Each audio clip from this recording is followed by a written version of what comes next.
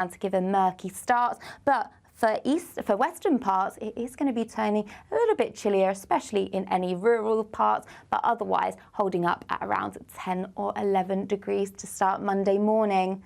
So that does leave a lot of low cloud around once again to start Monday morning. So a bit of a murky start for rush hour, but that low cloud should lift and break and burn its way back towards coastal areas to leave another largely fine and dry day. Few showers will bubble up across parts of Northern Ireland, but otherwise temperatures around 20, possibly up to 22 degrees. Looks like things are heating up. Boxed boilers, sponsors of weather on GB News. It's the biggest cash prize we've given away to date. An incredible £20,000 that you could use however you like. And because it's totally tax-free, every single penny will be in your bank account to do whatever you like with. £20,000 in tax-free cash really could be yours this summer. Hurry, you've got to be in it to win it. For another chance to win £20,000 in tax-free cash, text PRIZE to 63232. Text costs £2 plus one standard network rate message. Or post your name and number to GB05 PO Box 8690 Derby DE1 9TT. UK only. Entrance must be 18 or over. Lines close at 5 p.m. on the 31st of May. Full terms and privacy notice at gbnews.com/win. Please check the closing time if listening or watching on demand. Good luck. Are the newspapers getting you down? My wife didn't divorce me that month. Struggling to separate the wheat from the chaff? I know that it's a bit of a circus at the best of times.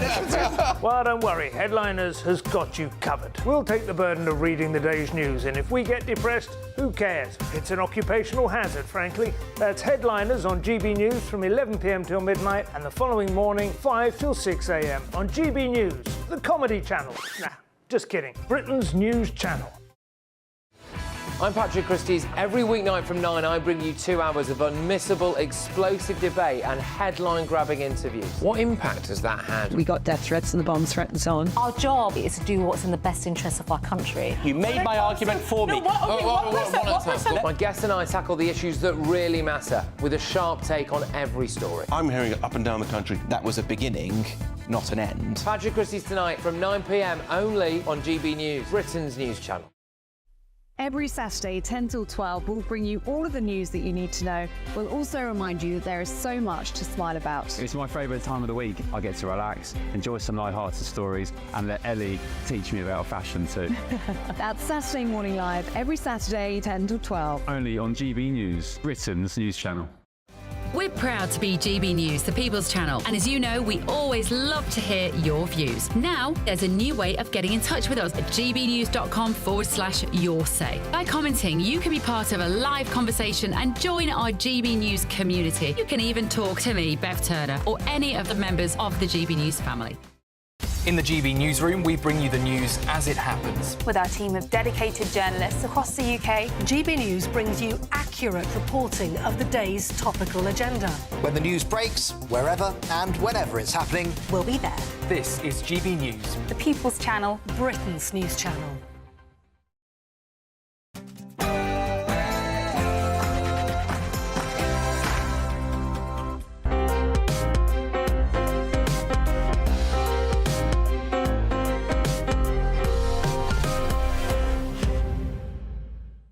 And a very good morning and welcome to Portillo, but he's not here, he's on holiday this week. So I'm with you, Richard Tice, for the next 2 hours. We've got some great debates, we've got a bit of culture and world affairs, hopefully to brighten up your Sunday. Now, new research this week has revealed that private schools have already hiked their fees in preparation for the Labour Party's VAT proposals should they win the next election. But have they already backfired before they've even begun? I'll be discussing this with an expert panel. Also, the weight loss drugs, Wegovy, Ozempic, Savenda, they've been hailed as the wonder drugs as they ushered in a new era on the war on obesity. But are we becoming a bit lazy when signing up for these quick fix, fat-busting methods? What are the side effects?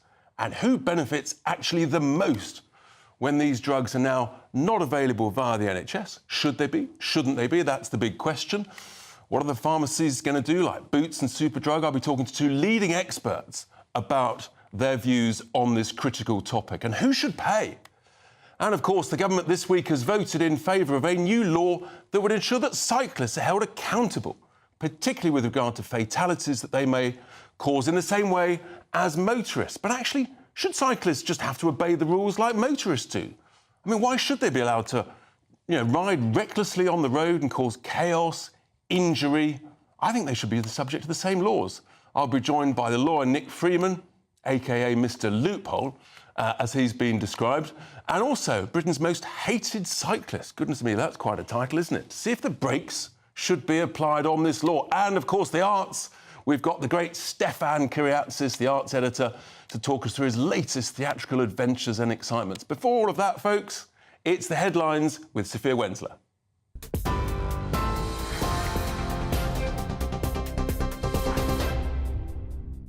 Richard, thank you. Good morning. It's 2 minutes past 11. I'm Sophia Wensler in the GB Newsroom. Chancellor Jeremy Hunt has vowed to compensate victims for the infected blood scandal with a £10 billion package. Hunt claimed it was part of fulfilling a promise he made to a constituent who died after contracting hepatitis C. The scandal has been the subject of the biggest ever public inquiry in the UK after tens of thousands of people were infected with contaminated blood and blood products. NHS staff will be told to work evenings and weekends under Labour plans to slash waiting lists. Hospitals would be asked to share staff and pull waiting lists as part of a £1.1 billion drive, providing an extra 40,000 appointments a week. Shadow Health Secretary Wes Streeting also promised to protect whistleblowers and cut the NHS's reliance on migrant workers.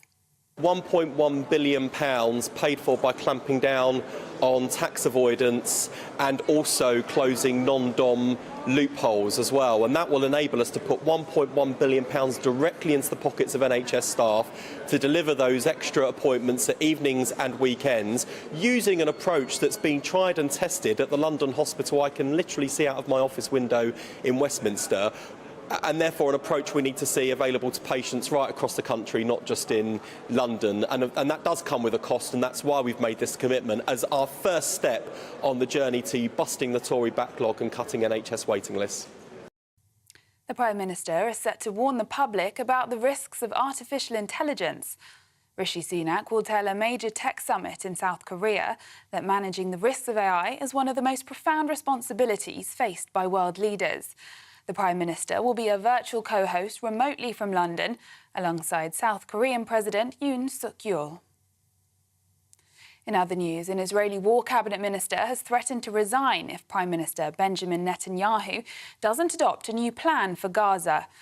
Benny Gantz has set an 8th of June deadline for a plan to achieve 6 strategic goals, including the end of Hamas rule in Gaza.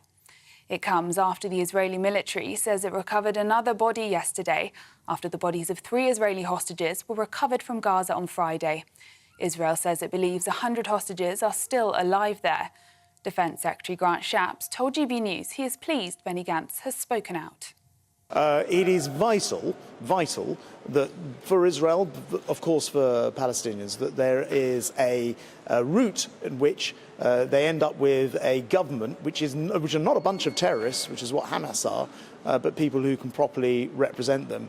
And Israel needs to set that out, because there could be, if you put all of those pieces into place and combine it with normalization of relations with Saudi Arabia, for example, a better future for that region, including for Israel. So, yes, I do think it's time to set that out, and we have been urging this step to take place.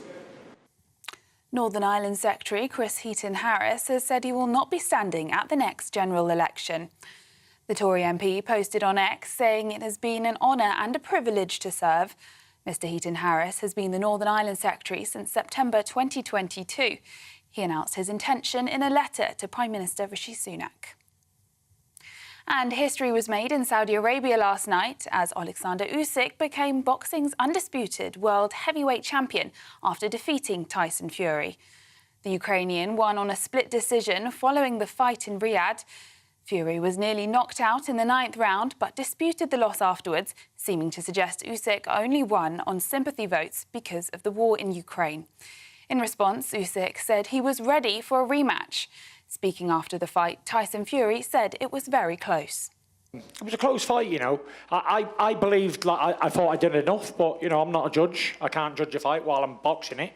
You know, if they would have said to me in the last round or whatever, you're down, go out and try and finish him, I would have done that. But we believe, everyone in the corner believed we were up. You know, all I had to do was just keep boxing and doing what I was doing, and, you know, I thought we was getting it. But it was what it was. I'm not going to cry about spilled milk. I've had plenty of victories, and I've gave God the glory. I've had this one loss and a close fight, you know, with a good man like Usyk. And for the latest stories, sign up to GB News Alerts by scanning the QR code on your screen or go to gbnews.com/alerts. Now it's back to Richard.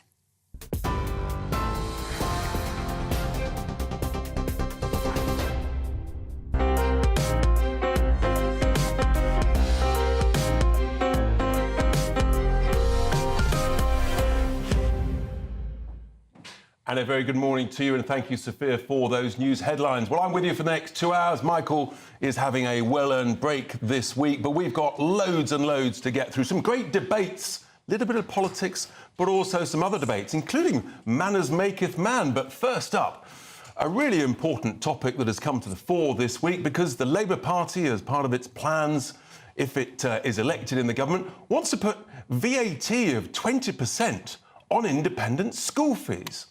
And that estimates that it might generate as much as £1.6 billion. Well, that's the theory. But have these proposals already backfired before they've even been put into action? Because some recent figures shows that already, and I've actually got experience of this, yes, less parents are signing up and putting their kids into private schools in the last year, way before this plan is put into action. Well, it's an important debate, and I want your views at home as well. Should VAT be added to school fees? And you can have your say, gbnews.com/your say. I'll take your views later on. We've got a great panel to talk about it. And also, well, why just school fees? What about university fees? I mean, that's elitist as well. To discuss this, I've got former Labour advisor, head of policy at Catch 22, Stella Chattakidou, and also the chief political correspondent for The Times, Aubrey Allegretti, and the former advisor to Michael Gove, Charlie Rowley. Ladies and gentlemen, a very good morning to you. This is a big topic. Aubrey, I'm going to start with you. Is this smart politics, or is it just the politics of envy that sort of satisfies a bit of red meat to the communists on the left of the Labour Party? I think it's probably helpful to start by sort of zooming out on this, because Labour needs to go into this election offering substantial policies, things that people will think make the country better. And they've been accused of being quite lacklustre on that front, of not having very many plans, of not being very ambitious or bold. And I actually think this is a policy which Labour can point to respond to those critics and say, this is something that we do want to do. We do want to add VAT to private school fees in order to fund the hiring of 6,500 teachers in our public schools. So I think the sort of big optics of this for Labour are quite helpful. So you think smart politics is really where you're at in terms of their sort of core voter base. And we'll come on to actually whether it does generate any revenue at all. So, Charlie, from Aubrey there, smart politics. Michael Gove, he sort of flirted with this idea. Maybe that's all your fault. Maybe you're responsible for this. I think Michael's education secretary a bit before my time. But I agree with Aubrey to a certain extent that, look, Labour do need to have more meat on the bone. They do need to present more policies because the public don't really know what they stand for. And I think that is an issue for them. So they've come forward with this one. Rachel Reeves yesterday opened the door to rent caps. But this is the starter. It's the politics of envy, isn't it? You've got great schools and you're saying, well, actually, we want less people to be able to afford to go to them. Brilliant. And this is the thing. It's the theory versus the reality. It's the campaign versus being in government. So, like with the rent caps idea, that just increases rents elsewhere and it removes people from the housing sector. So you don't have the supply, so you have even more demand, prices go up elsewhere. With this particular policy, it could potentially fund more teachers for the state school sector that I was very happy to be educated in. in. However, what you will see are parents not sending their kids to private schools. Those kids would then also have to come into the state education sector, so there'll be even more... So let's just look at the numbers. Let's just look at the numbers. The Labour Party claim that it's going to raise about 1.6, 1.7 billion gross on the fees, but schools can then reclaim the input costs. That's about 400 million. And then, of course, lots of children are not going to be able to afford to go. Estimates, 100,000. Lots of the independent schools are going to have to reduce their bursaries, which means more children may be able to go. I mean, very quickly, it's whittled down to the square root of nothing, Stella. So this is just the politics of envy, isn't it? Oh, Richard, you've made so many points there that I think are great spin for the Independent Schools Council. I actually found the numbers that they gave out to be incredibly manipulative, and we've seen a lot of manipulative spin in the last week. I think this one takes the cookie, really. Firstly, state school rolls, the numbers are falling anyway. They are projected to fall by 400,000 between now and 2028. That's irrelevant to independent schools. The number that the Independent Schools Council, so this is independent schools themselves telling us this, right? They're marking their own homework, and they are telling us there were 3,000 less students signing up for private schools this year than there were last year. To what percentage of that would have already been dropped because of the falling pupil numbers? We don't know.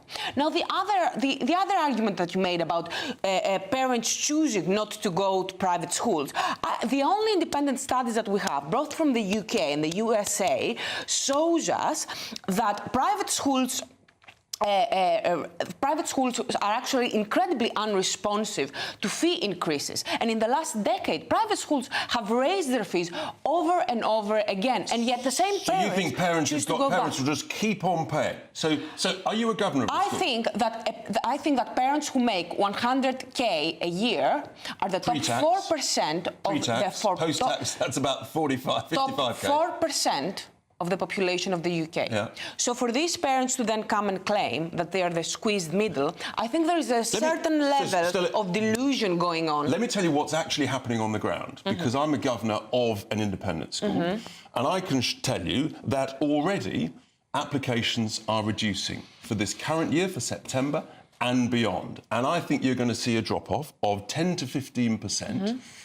Potentially 20%. It's already having an impact. We've had inflation, and you've got this threat of an additional 20%. So you're likely to see 100,000 children going back into the state sector, which is going to add more pressure onto the already hard-pressed state. Surely we should be doing the opposite. We should be easing the pressure on the state sector. You've plucked that number out of thin air, firstly. I haven't. Secondly, you don't know. You do not know that this is how they will react. This is not how economics work. This is not how economics work. What works is what we see on the ground. This is not how human behavior works. You cannot say, I'm going to change this thing in the economy and this is how people will react. You do not know that. The other thing I would say is, if we found space for 20,000 Ukrainian refugees to go into our state schools with no problem, I do not see why we will struggle. So you're quite happy. You're quite happy for the taxpayer to pick up the cost. They will not be picking up anything because, as I said, an extra 100,000 children, 7,000 each, is 700 million. State school pupil numbers are already dropping. They are already dropping.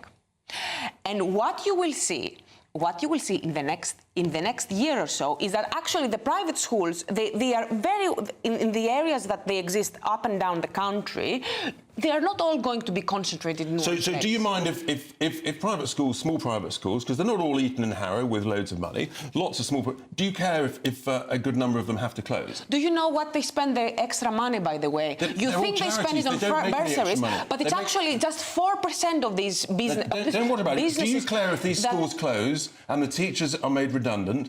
And they're not going to close. Do you know what they're going to do? They're going to spend the money that they spend on raising their fees, which they have been doing for the last decade, they spend it on luxurious, unnecessary facilities to put on their leaflets and to show to parents when they're taking them around. I'm telling you, I'm seeing the applications, Aubrey, already numbers are starting to drop. Application numbers are starting to drop. And I guess the question is, if you haven't got the money, particularly in the day sector, where actually most parents are paying it out of, essentially out of earned income, that extra money means that many aspirational parents, it's going to tip them over the edge. I mean, it's just basic mathematics, isn't it? I suppose so, but again, we've got to look at the numbers here. I mean, we're talking about 3,000 fewer pupils enrolling at private schools in the last 12 months.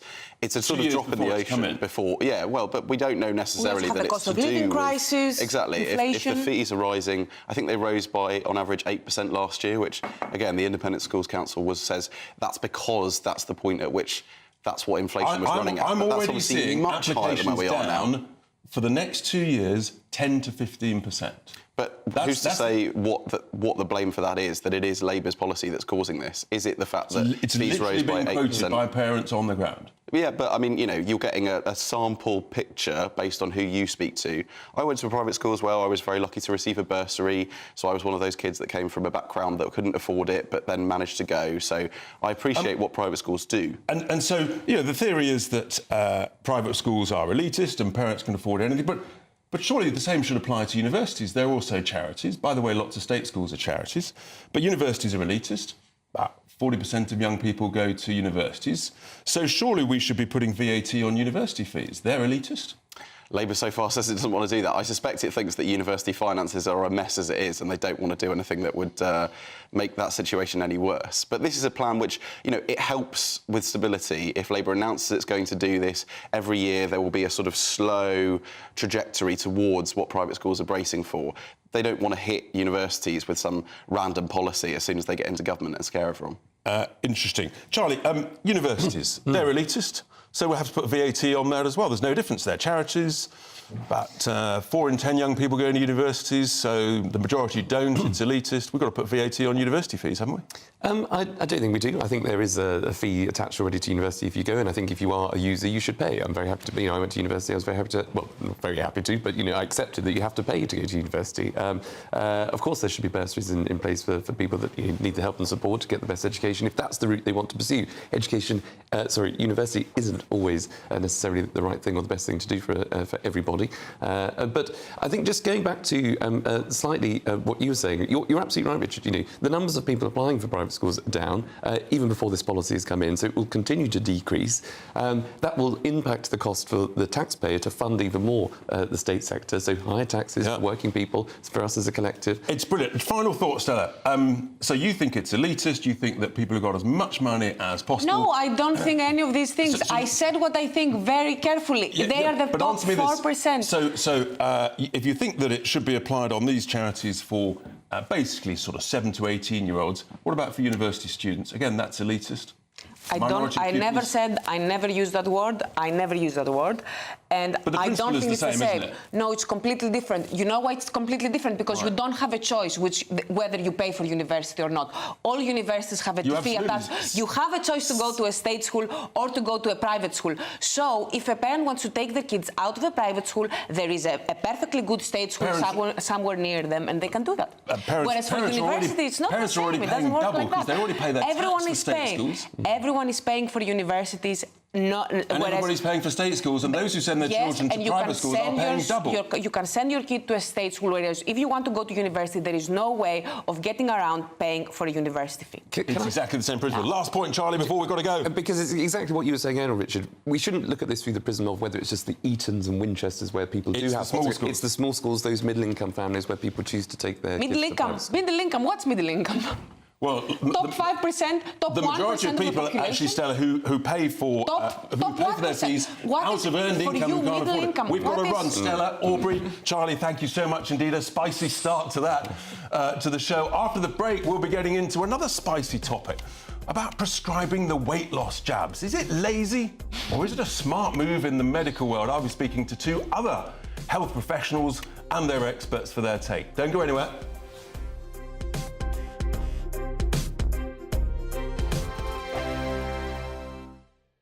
This is GB News, Britain's news channel.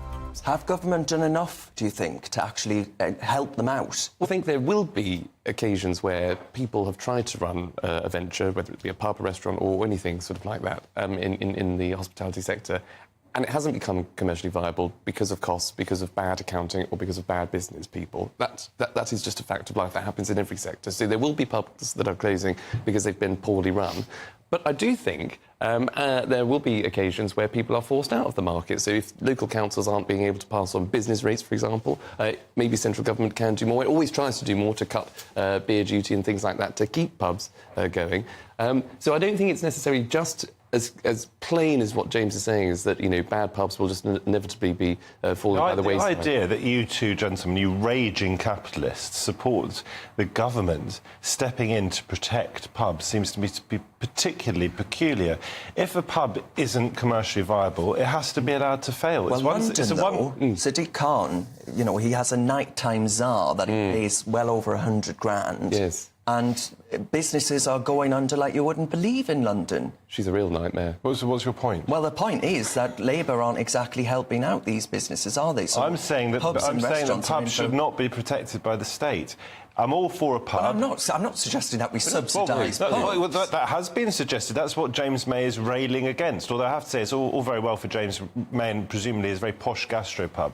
But if a pub is not fit for purpose, and May makes this point, you've got to have decent, clean loos and a clean pub. And also, realistically, in this day and age, times change, you've got to put on some decent grub as well if you want it to survive.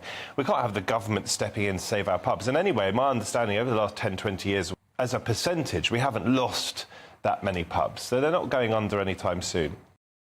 If you want your news to be straight talking... This is a nightmare for the Conservatives again. Down to earth. It's not just Nottingham where this is happening, is it? And most importantly, honest. Hard-working, middle-class taxpayers, they'll get their book thrown at them. Then catch me, Martin Daubney, Monday to Friday, 3 till 6 p.m. on GB News, Britain's news channel.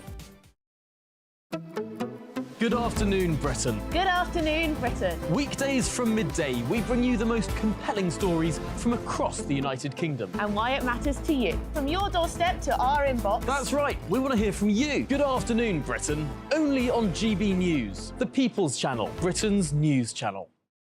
Sunday nights on GB News. From 6, Neil Oliver. At 7, it's Free Speech Nation with Andrew Doyle. At 9, Mark Dolan. And at 11, get set for the week ahead with headliners. Tomorrow's papers tonight. GB News, the People's Channel, Britain's news channel.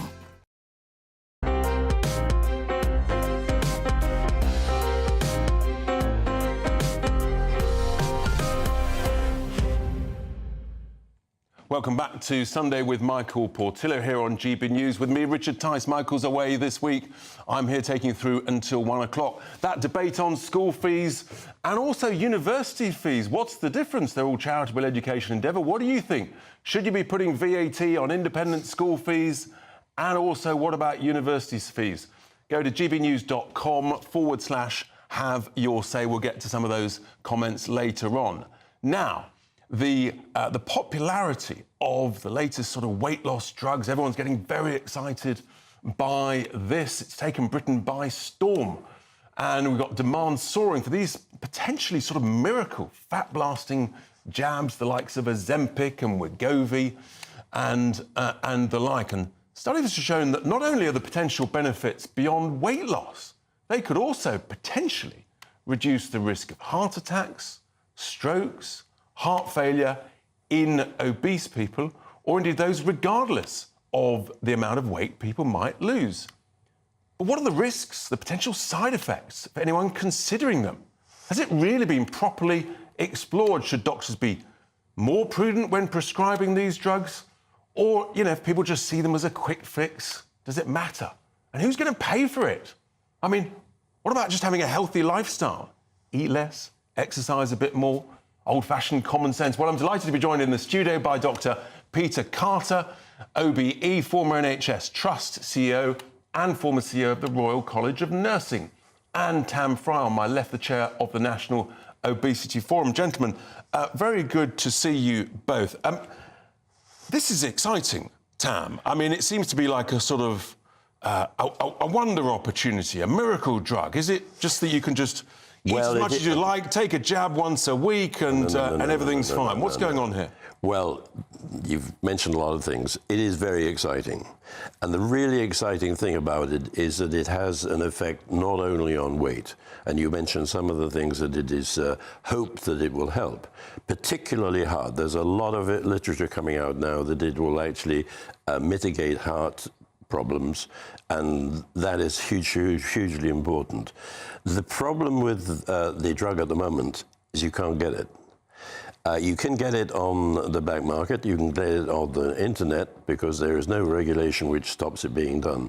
And the thing that bothers me most is that a lot of people are using it simply because they want to get rid of a few pounds. You will remember maybe when it first came out, lots of pictures of a lady called Kim Kardashian who wolfed it. And it's incredibly expensive, isn't it? I mean, I've just heard of someone who's taking it once a week, and it's costing them like £300 a week. So it's hard to get hold of, and it's expensive. And then just let's look, Dr. Peter Carter, at the risks, the potential side effects. To what extent is this relatively very recent research? Can we really trust it relative to the side effects that one hears about? Well, Richard, I think we need to be cautious. I agree with everything that Tam has said. Look, we are in a desperate state here across the 4 countries of the UK. We have some of the highest obesity rates of developed countries. 24% of adults are either overweight or obese, and 23% of our children are. The NHS, excuse the metaphor, but it's collapsing under the weight of the obesity crisis. So something needs to be done. And what I think is so sad about this state of affairs is that people are looking to a medical solution rather than getting upstream, and let's take more personal responsibility and say, let's cut down the carbohydrates, let's take a bit more exercise. Because there is a danger that we're saying to children, don't worry about what you eat, don't worry about a sedentary lifestyle. There's going to be a drug that will take all this away. And whilst I'm not a pharmacologist, we don't know what the very long-term effects of these drugs will be over 5, 10, 15 years. Because this research is very new, isn't it? It's very new. I mean, how old are the Wegovy's Ozempics? It's very, very recent. Very new. And look, I have every sympathy for people who have got a metabolic difficulty and are significantly overweight. I mean, it is difficult. I've got sympathy for GPs who have people that come into their surgery and people are 5, 8, 9 stone overweight. This is not uncommon nowadays, and something needs to be done about it. But I would prefer if we could get upstream and prevent the problem in the first instance. Of course. So those people who are really struggling, who are very overweight, it could be useful to get their weight down. Absolutely. But it can't be a long-term solution. You can't sort of get addicted to this and just say, well, I'm going to be on this essentially forever, can you? Well, we don't know how long it would be useful to be on the drug. At the moment, it's licensed for 2 years, and it's licensed only for very overweight people. It's not licensed there. About 2/3 of the population will not be able to benefit from this very powerful drug. And what bothers me tremendously is that they must know that if they take the drug, they have to be under medical supervision, because that's the whole point, is it needs to be controlled. Obviously, the cost of it, potentially, I mean, who should pay? Should the taxpayer pay for other people being overweight, or should you actually say, well, I mean, that's a huge debate, isn't it? This is the conundrum. I mean, having said what I've said, the fact is that there's an economic benefit that if you can prevent people from having strokes, heart attacks, and a whole range of other conditions, not to mention depression. A lot of people that are significantly overweight are psychologically distressed. There's an economic argument that says if you invest in this, you will save in other areas. But that sort of lets you off your personal responsibility argument. Well, that's the problem. And I fear that this could be another huge burden on the NHS that essentially it can't afford. It's got so many other things. At the moment, we have a system whereby everything is free at the point of delivery. What has yet to be sought out is how the British government is going to do a deal with Novo Nordisk, that is the Danish company which manufactures this. Can they get the price down far enough to make it viable? I very much doubt it, but give them support. And this research, I think it's very recent. And are there any ethics involved in doctors who are promoting this, who've been paid by the pharmaceutical company whose drug it is? I mean, are we clear enough about the potential for conflicts of interest? Well, doctors understand their ethical responsibilities, and they've got to be very careful about being in, the payroll of pharmaceutical companies and prescribing, you know, as a financial incentive. Just to be clear, I actually think the overwhelming number of doctors in this country are highly ethical and they understand it. But if you're a GP and someone is coming to you and they're massively overweight, you've got to say, well, there is a drug that's available. I feel ethically obliged to prescribe it, even though I wish you would have taken more control and not got into this state in the first place. Fascinating debate. Gentlemen, thank you very much indeed for that. And my question to you folks at home is, well, are you involved? Are you taking or trying to take this drug? But actually, who should pay for it? Should the NHS pay or should the individual pay? It is a great, great debate. We'll take your views, gbnews.com /your say. Now, also, coming up, we're going to be getting into the great cycle debate about should they face the same penalties as motorists, particularly when it comes to fatalities, rather like you have sort of dangerous driving. We've got the lawyer Nick Freeman, known as Mr. Loophole, and also Britain's most hated cyclist, Dave Sherry, will be joining me. Don't go anywhere. It's Portillo on Sunday on GB News.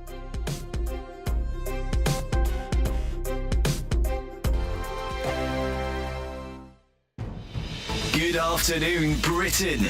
Weekdays from midday. Well, Welsh farmer Gareth Wyn-Jones is a first-language Welsh speaker and joins us now. Gareth, I mean, a lot of people will be thinking, hang on, this guy is a Welsh teacher. He speaks English. He knew what was on the parking ticket. He's just trying to make a point. He's being a prat, isn't he? No, hey, come on, mate. I'm a first language Welsh. It's important that we watch after our language and, you know, that everything's bilingual.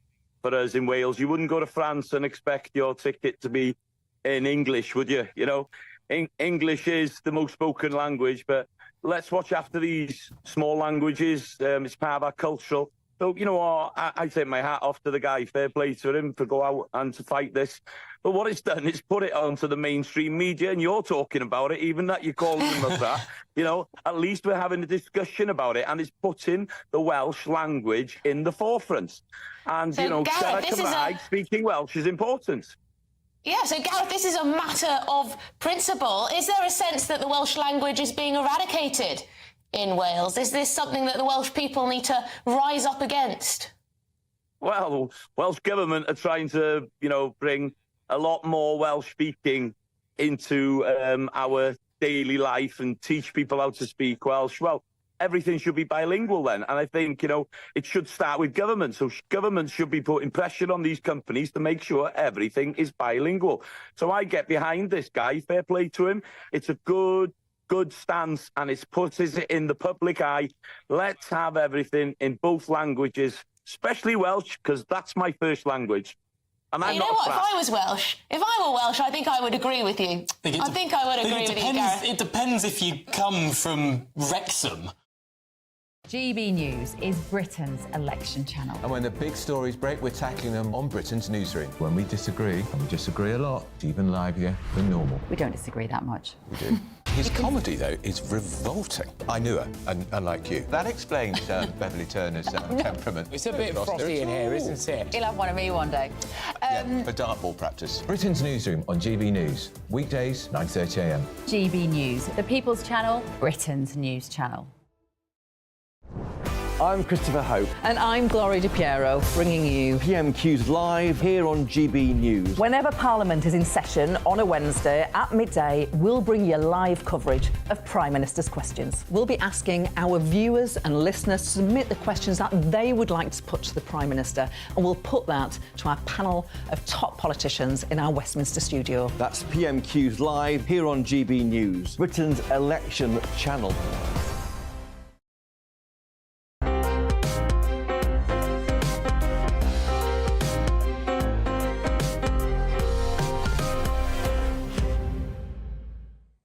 Welcome back to Sunday with me, Richard Tice. Michael's on holiday. I'm with you until 1 o'clock when Darren Grimes will be taking us through in the afternoon. Now, the emails have been pouring in. Thank you for those. Keep them coming. Helen says about the obesity drug and the potential for that. Well, just eat healthy food, exercise, weight will come down, the diabetes risk will fall, heart attack risk will fall as well. Why take a drug when you don't know what it's going to do, what might be the side effects in the future. I think Helen's bang on the money there. And as Peter said, actually a bit of individual responsibility. And who should pay? I mean, the NHS is struggling already. Do we really want to add another huge burden of cost on it? On the private school debate, well, that has got people going. Janice says, what's wrong with private schools? We've got private healthcare. I mean, are Labour going to put VAT on private healthcare? Do you know, I think they might, actually. They're not telling anybody, but I think they might. Are they going to do away with that, Janice says? Louise says, private schools are the envy of the world, which they are, and yet once again, Labour's set to destroy a great British institution. James says, we need more affordable private schools. I sent my daughter to private school. It was money well spent, and her monthly salary paid for her schooling and travelling costs. The only choice of mainstream school where she was one of the worst schools in the country, and that was under a Labour government. Well, keep me those thoughts coming in, and we'll get back to them on the website, gbnews.com/your say. And this may get people going as well, the great cyclist debate, because should cyclists face the same penalties as motorists, particularly causing death by serious or indeed by serious injury, by dangerous or careless cycling? It's set to become an offence. The government's agreed to a change in the law this week just gone. And under this change, dangerous cyclists could face up to 14 years. 14 years in prison. Well, currently, you see, cyclists are not subject to the same rules as motorists, and it drives you mad. You're sitting there at the front of a traffic queue, the lights are red, and the cyclist just goes straight on through. Because apparently the road legislation only applies to mechanically propelled vehicles. What about e-bikes, for heaven's sake? The new law is following a campaign by former Tory leader Ian Duncan Smith, who says that cyclists should be accountable for their reckless behaviour. So what do we think to this? Well, joining me now is the lawyer Nick Freeman, known as Mr. Loophole, and Dave Sherry, who's been described, possibly slightly harshly, as Britain's most hated cyclist. Gentlemen, a very good morning to you. Thanks for joining me.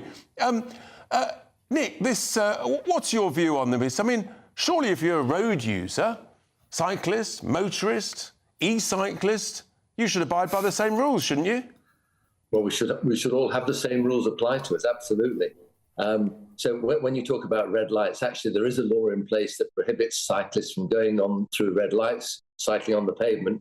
But actually the big problem is you have a bike that goes through a red light, but who is it? You've got no means of identifying. So my view is that we should have an identification system, a small registration plate on a bike or a registered tabard. So we have exactly the same means of detecting people who break the law as we do for motor vehicles, a system in place. And I do welcome the government's change in plan to bring in laws to make cyclists accountable. If you make people accountable, they tend to cycle more responsibly. And it is a small minority who cycle dangerously, as it is indeed with car drivers. But when they do that, you know, if they injure someone or kill someone, they need to be held accountable. We don't want to be prosecuting people under the Offences Against the Persons Act 1861, which was designed for horses and carriages, when the maximum sentence. So Nick, you would actually have some form of registration plate so that everybody is treated equally. And may the law apply to everyone.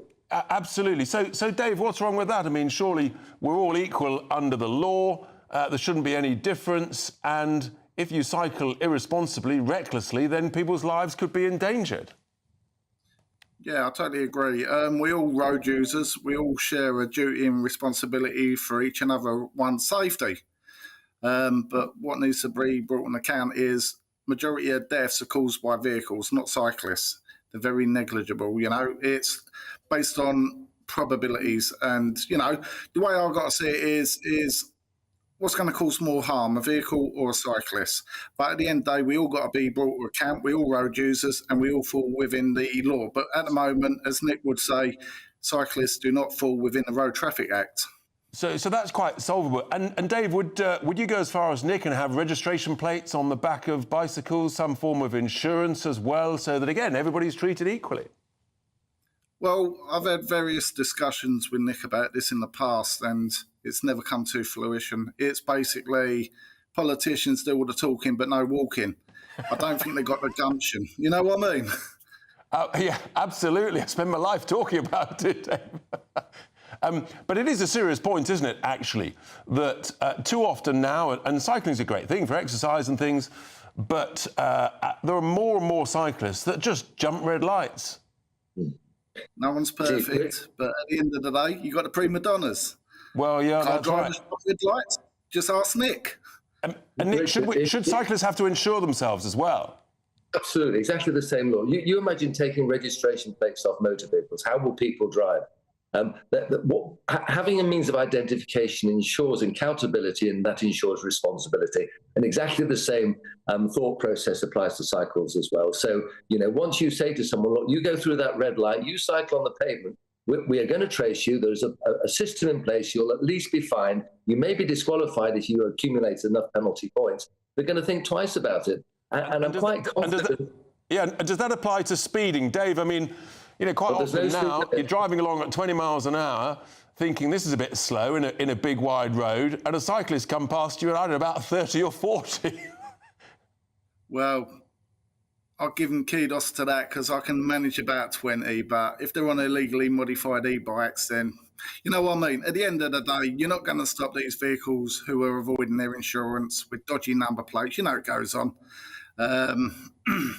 Yeah, but I mean, we're not encouraging breaking the law. What we're really just saying is actually we all need to be equal under the law. And of course, cyclists are an increasing percentage of the use of the road at the front of traffic lights, lots of cycle lanes, etc. It's not unreasonable, is it, Nick? No, absolutely. We need speed limits. It's ironical, isn't it? You've got, pedestrians number one in the order of priority for vulnerability. Then you've got cyclists. And cyclists are perversely not subject to speed limits. You have cars going at, say, 20 miles an hour in London. You know how it is. I'm going to be joining them this afternoon.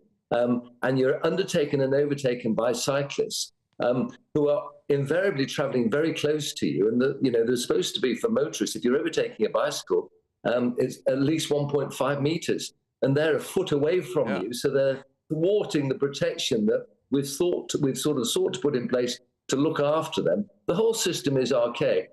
We're talking modernising the system, Nick. Final thought from both of you, yes or no? E-scooters. Dave, should they be allowed? Keep them or bin them? Yes or no? Bin them, mate. They're fruitless. To be honest with you, bikes have been around for how many years? And they are the safest. They're the safest. Nick, e-scooters, keep or bin? Yeah, no, you keep them, but make them identifiable. They have a place. We need an infrastructure, and they do serve a purpose, but it needs to be different to the way it is at the moment. Gentlemen, I really appreciate your thoughts. Absolutely fantastic. A sense of unanimity there, that actually cyclists need to be treated equally under the law. Lots of you have been sending in your thoughts as well. Len says cyclists should pay insurance, road tax, says Len, and also have no plates. Well, I think if you're going to have that, maybe you need the plates as well. Nick says all cyclists using the public roads must be dictated to by the highway code, just like all motorised vehicles. If there's a cycle lane, then they must use it, full stop. Absolutely. And if you use the road, cyclist or not, road tax, registration plate, MOT and photo ID. Crikey O'Reilly. Let me keep those thoughts coming. gbnews.com/your say. Still ahead after the break, we're going to have the stage to Stefan Kyriatsis to his latest escapades in the auditorium of the theatre. Don't go anywhere, folks. Good morning and welcome to your GB News weather update from the Met Office. A murky start for some of us, but there's going to be plenty of warm sunshine around, perhaps just the odd isolated shower. So through this morning, a murky start for some, especially across central and southeastern England. That cloud should generally break up by mid-morning. Cloudier across parts of Scotland, especially along that east coast where we hold on to quite a lot of low cloud. But elsewhere, plenty of sunshine on offer. Perhaps the odd shower developing, especially across parts of the south but west, but otherwise it is going to be feeling very warm in that sunshine with highs up to 24, possibly 25 degrees, but feeling much cooler across Scotland and especially down that eastern coast of northeastern England. So taking a look into this evening, plenty of late evening sunshine to end the weekend. The odd shower possible across Devon and Cornwall, but most places beaches staying dry, perhaps a few showers developing across Dumfries and Galloway and for parts of Scotland, but further west a dry evening. A lot of low cloud though still lingering, especially across eastern parts. That's where it's going to be feeling cooler throughout much of Sunday. And then as we go into the evening, a dry picture is on offer. Low cloud once again though coming in from the North Sea and moving its way inland to give a murky start. But for western parts, it is going to be turning a little bit chillier, especially in any rural parts, but otherwise holding up at around 10 or 11 degrees to start Monday morning. So that does leave a lot of low cloud around once again to start Monday morning. So a bit of a murky start for rush hour, but that low cloud should lift and break and burn its way back towards coastal areas to leave another largely fine and dry day. Few showers will bubble up across parts of Northern Ireland, but otherwise temperatures around 20, possibly up to 22 degrees. 2024, a battleground year. The year the nation decides. As the parties gear up their campaigns for the next general election. Who will be left standing when the British people make one of the biggest decisions of their lives? Who will rise? And who will fall? Let's find out together. For every moment, the highs, the lows, the twists and turns. We'll be with you for every step of this journey. In 2024, GB News is Britain's election channel. GB News is the home of free speech. We were created to champion it, and we deliver it day in, day out. Free speech allows us all to explore and debate openly the issues most important to us, our families, and of course, the British people. Having challenging conversations to enlighten each other. Which is why we hear all sides of the argument. We are the People's Channel. We will always stand by the freedom to express yourself. On TV, radio and online. This is GB News, Britain's news channel.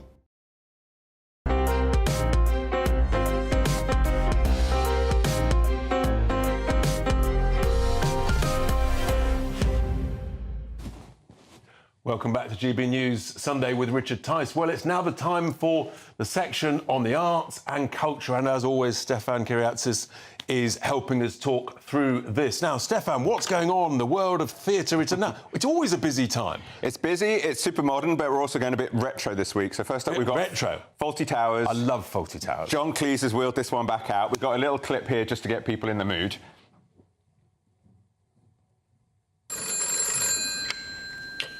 Hello, Fawlty Towers. I cannot wait to work with John Cleese. He is wickedly funny. He is a rascal. He is incredibly sharp and witty. Absolutely everyone should come and see this. It is classic, it's iconic. Well, I thought it was funny anyway.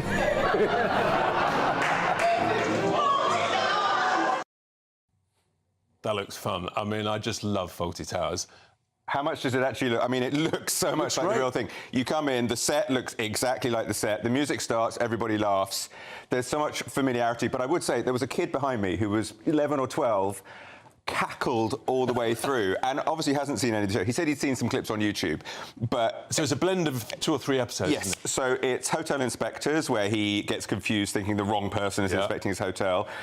Communication Problems, very stroppy guest, the posh lady with the hearing aid that she selectively turns on and off. And then, of course, the Germans. And even when they say, oh, we've got some Germans checking in later, the whole audience cracks up because we know what's coming. Absolutely brilliant. The people you saw there, Adam Jackson Smith is fantastic as Basil, and that was Anna Jane Casey as Sybil, and she does the whole Basil and all of that. It's all everything you want. There's a sublime scene with the moose head and the old boy, the major, which he thinks is talking to him. And this is on for how long? This is on at the Apollo Theatre until September the 28th. It is hilarious. It stands up today as much as always. Get tickets. Brilliant. What else have you got on? We have a very different change of tone now. We've got People, Places and Things. This was from 2015 with Denise Gough, which made her name. It's been brought back. She's still in it. A few little updates. We've got a little clip here as well to get you in the very different mood.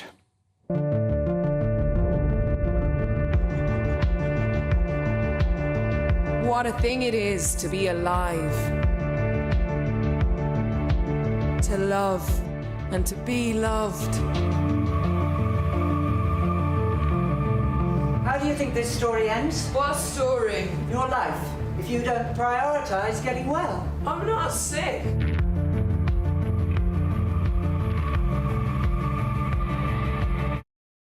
That looks stunning. It's completely amazing. It's about an addict. As you can see, she's been forced into rehab because she can't get any work, so she needs to be signed off. She doesn't believe in therapy. She doesn't believe in surrendering to any kind of higher power. She doesn't believe in herself. The staging, it's a tour de force from Denise there. I don't know if you could see at the back, very early on, they pull down the back of the stage. There's another 3 rows of people sat there, which actually, you do find yourself watching them half the time. But it's very modern. Those white tiled walls, people come through them, including almost through like sort of little doggy door, and there's a bit when she's having a massive breakdown where people start coming up through the bed, and they've all versions of her dressed the same wig, the strobe lights are going, so you get inside this woman's head.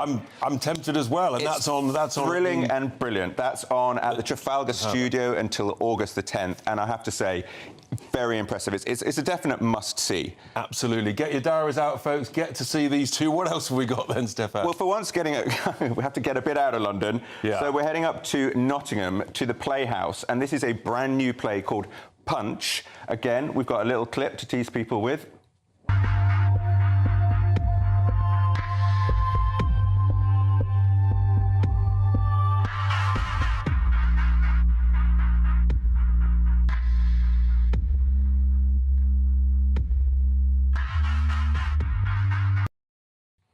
Yeah, look at all those 5 stars and 4 stars. Everybody's raving about it already. Yeah. James Graham is the playwright. He wrote Dear England, which was the recent Gareth Southgate football drama, which is with Joseph Fiennes, which is now being made into a TV show.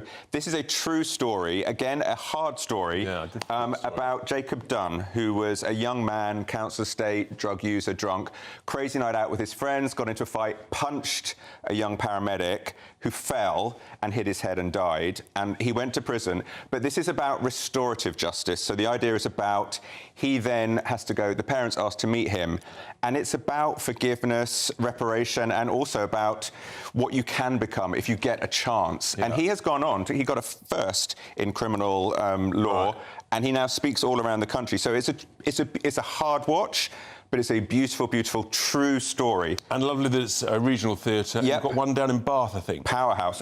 Yes, we've got... That one's on at the Nottingham Playhouse until May the 25th. We would imagine it's going to tour or come to the UK, to London.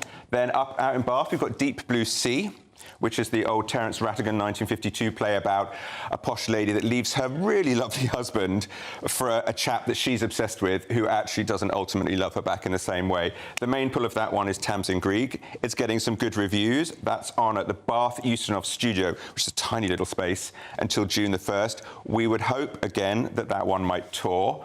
Then we've also got With Nail and I, the old famous film, 1987, the Richard E. Grant crazy film. 2 hopeless, impoverished actors that get away to the Lake District for a really crazy, spaced-out weekend. Robert Sheehan and Adonis Siddique have taken the roles. Wow. This one's up at Birmingham Rep. It's getting mixed reviews. Okay. It's very well staged. The set designs and everything are brilliant. No agreement on what people think of the 2 main actors or if the show still lands. Again, nostalgia, it's amusing, but there's mixed reports on that one. Interesting. And regional theatres, I mean, what are audiences? Difficult economic time. Are audiences big enough? Are they surviving? Yes. I'm from Southampton, which has got a massive old barn, the Mayflower, down there. And I went down a couple of times to see shows, a bit nervous, thinking, please don't be embarrassing. But they're OK, they're holding up. Yeah, especially for a dance show that I love, and I thought no one would hear of it. Packed, and I think outside London, you get everybody going. Fantastic. Stefan Kyriasis, thank you very much indeed, as ever, for that brilliant review. You're watching me, Richard Tice. GB News is Britain's news channel. That is, of course, the end of the first hour, but don't go anywhere. After the break, we've got other great debates. VAR, should it be ditched or kept? And also sandwiches and National Donut Week. Lots to look forward to.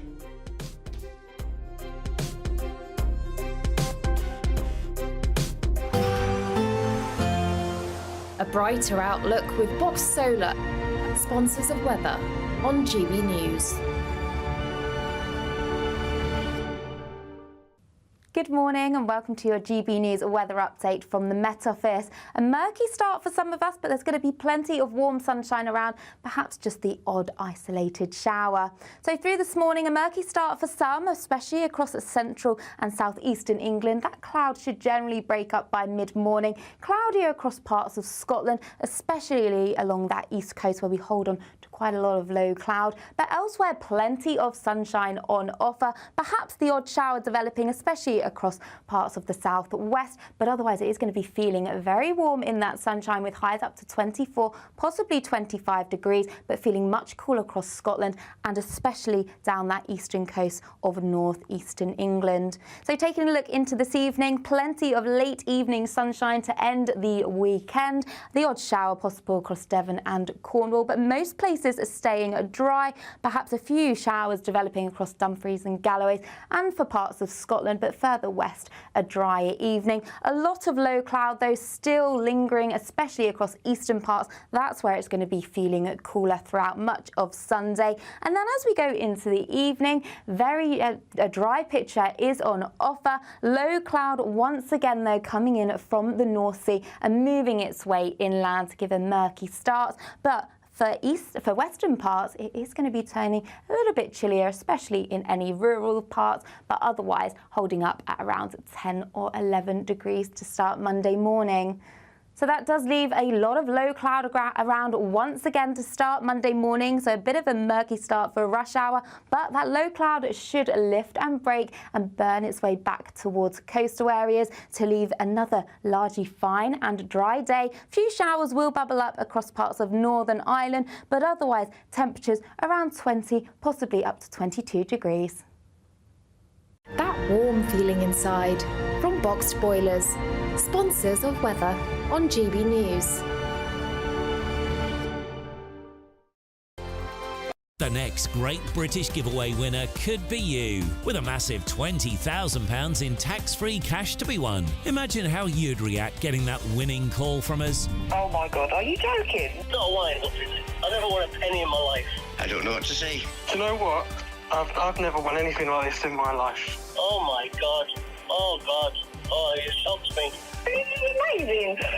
For another chance to win £20,000 in tax-free cash, text PRIZE to 63232. Text costs £2 plus one standard network rate message. Or post your name and number to GB05, PO Box 8690, Derby DE1 9TT. UK only. Entrance must be 18 or over. Lines close at 5 p.m. on the 31st of May.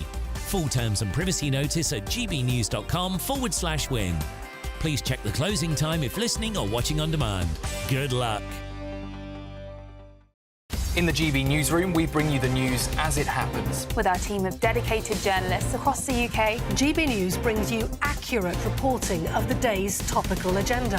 When the news breaks, wherever and whenever it's happening, we'll be there. This is GB News, the People's Channel, Britain's news channel. If you want your news to be straight talking... This is a nightmare for the Conservatives again. Down to earth. It's not just Nottingham where this is happening, is it? And most importantly, honest. Hard-working, middle-class taxpayers, they'll get the book thrown at them. Then catch me, Martin Daubney, Monday to Friday, 3 till 6 p.m. on GB News, Britain's news channel. We're proud to be GB News, the People's Channel. And as you know, we always love to hear your views. Now, there's a new way of getting in touch with us at gbnews.com/yoursay. By commenting, you can be part of a live conversation and join our GB News community. You can even talk to me, Bev Turner, or any of the members of the GB News family.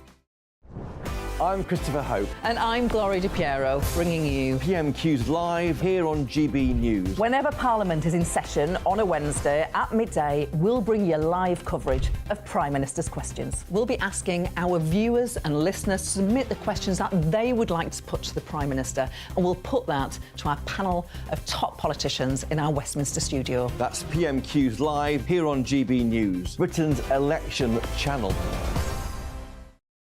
GB News is Britain's election channel. And when the big stories break, we're tackling them on Britain's newsroom. When we disagree, and we disagree a lot, it's even livelier than normal. We don't disagree that much. We do. His comedy, though, is revolting. I knew her, unlike you. That explains Beverly Turner's temperament. It's a bit frothy in here, isn't it? He'll have one of me one day.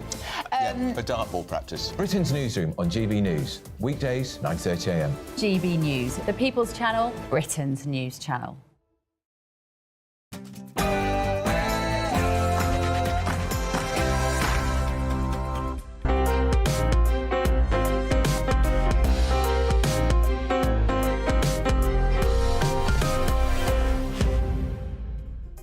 A very good afternoon and welcome to this, the second hour of Sunday with me, Richard Tice. Michael is away this week and I hope you'll be with me for the next hour. And then after that, of course, we've got Darren Grimes. We're going to be delving into a variety of things. Now, the football season is coming to an end. Premier League clubs turning their attention to the whole debate about VAR, video assistant referees, and voting on whether to keep it, amend it or scrap it. I'll be joined by a former Premier League referee for his thoughts, and also Charlie Rowley is still with me in the studio, also a qualified referee. Bridgerton, the Netflix drama, that's returned for a third season, and some extraordinary things there. We'll be looking at behaviours, manners maketh man, and the elements, the echelons of the highest society, particularly around courtship and marriage.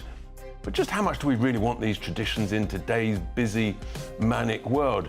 Perhaps we should be reintroducing some of these back into society. I'll be discussing that and overall with etiquette and manners expert Laura Windsor. And what did you think to that portrait? Goodness me, King Charles III, his first post-coronation portrait unveiled by Buckingham Palace. Was it the carpet? Was it the curtains? Goodness me, I look forward to your views on that. We'll be discussing that with the author and historian, Alexander Larman. We'll be discussing that. And finally, of course, it's Britain's favourite foods, sandwiches and donuts. We'll be celebrating that towards the end of the show. But first up, we've got the news headlines with Sophia Wensler.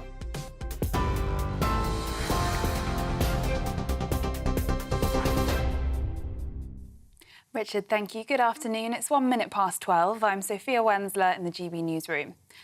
Chancellor Jeremy Hunt has vowed to compensate victims for the infected blood scandal with a £10 billion package.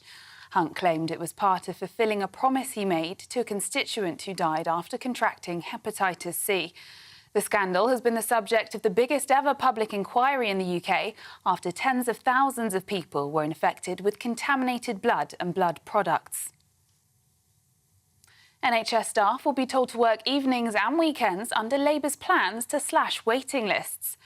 Hospitals will be asked to share staff and pool waiting lists as part of a £1.1 billion drive to provide an extra 40,000 appointments a week.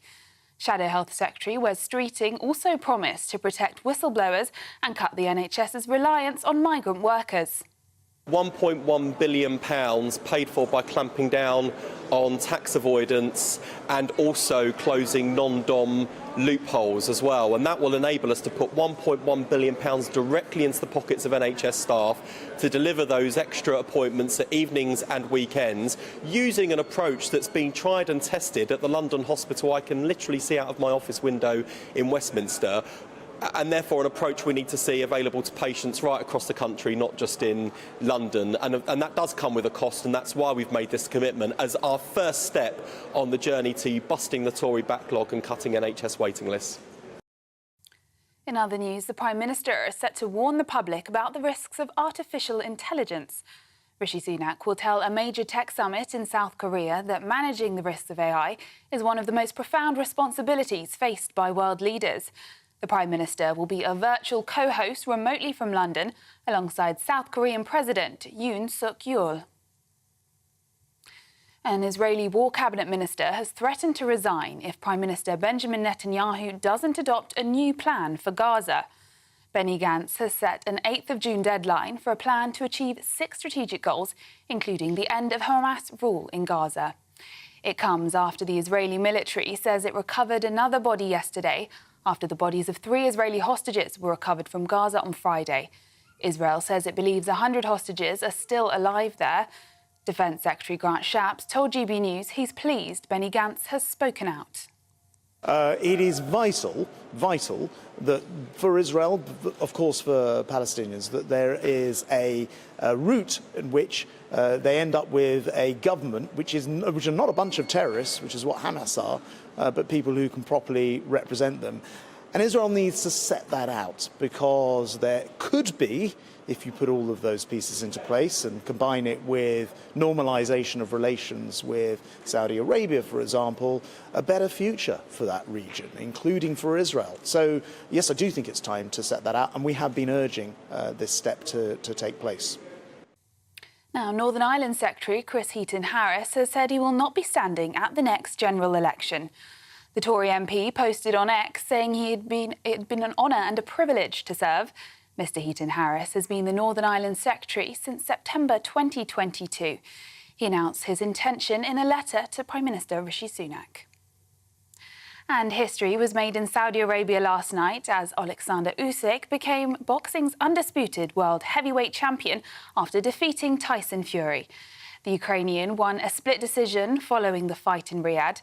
Fury was nearly knocked out in the 9th round, but disputed the loss afterwards, seeming to suggest Usyk only won a sympathy vote because of the war in Ukraine. In response, Usyk said that he was ready for a rematch. Speaking after the fight, Tyson Fury said it was very close. It was a close fight, you know. I believed, I thought I did enough, but, you know, I'm not a judge. I can't judge a fight while I'm boxing it. You know, if they would have said to me in the last round or whatever, you're down, go out and try and finish him, I would have done that. But we believe, everyone in the corner believed we were up. You know, all I had to do was just keep boxing and doing what I was doing, and, you know, I thought we was getting it. But it was what it was. I'm not going to cry about spilled milk. I've had plenty of victories and I've gave God the glory. I've had this one loss and a close fight, you know, with a good man like Usyk. And for the latest stories, sign up to GB News Alerts by scanning the QR code on your screen or go to gbnews.com/alerts. Now it's back to Richard.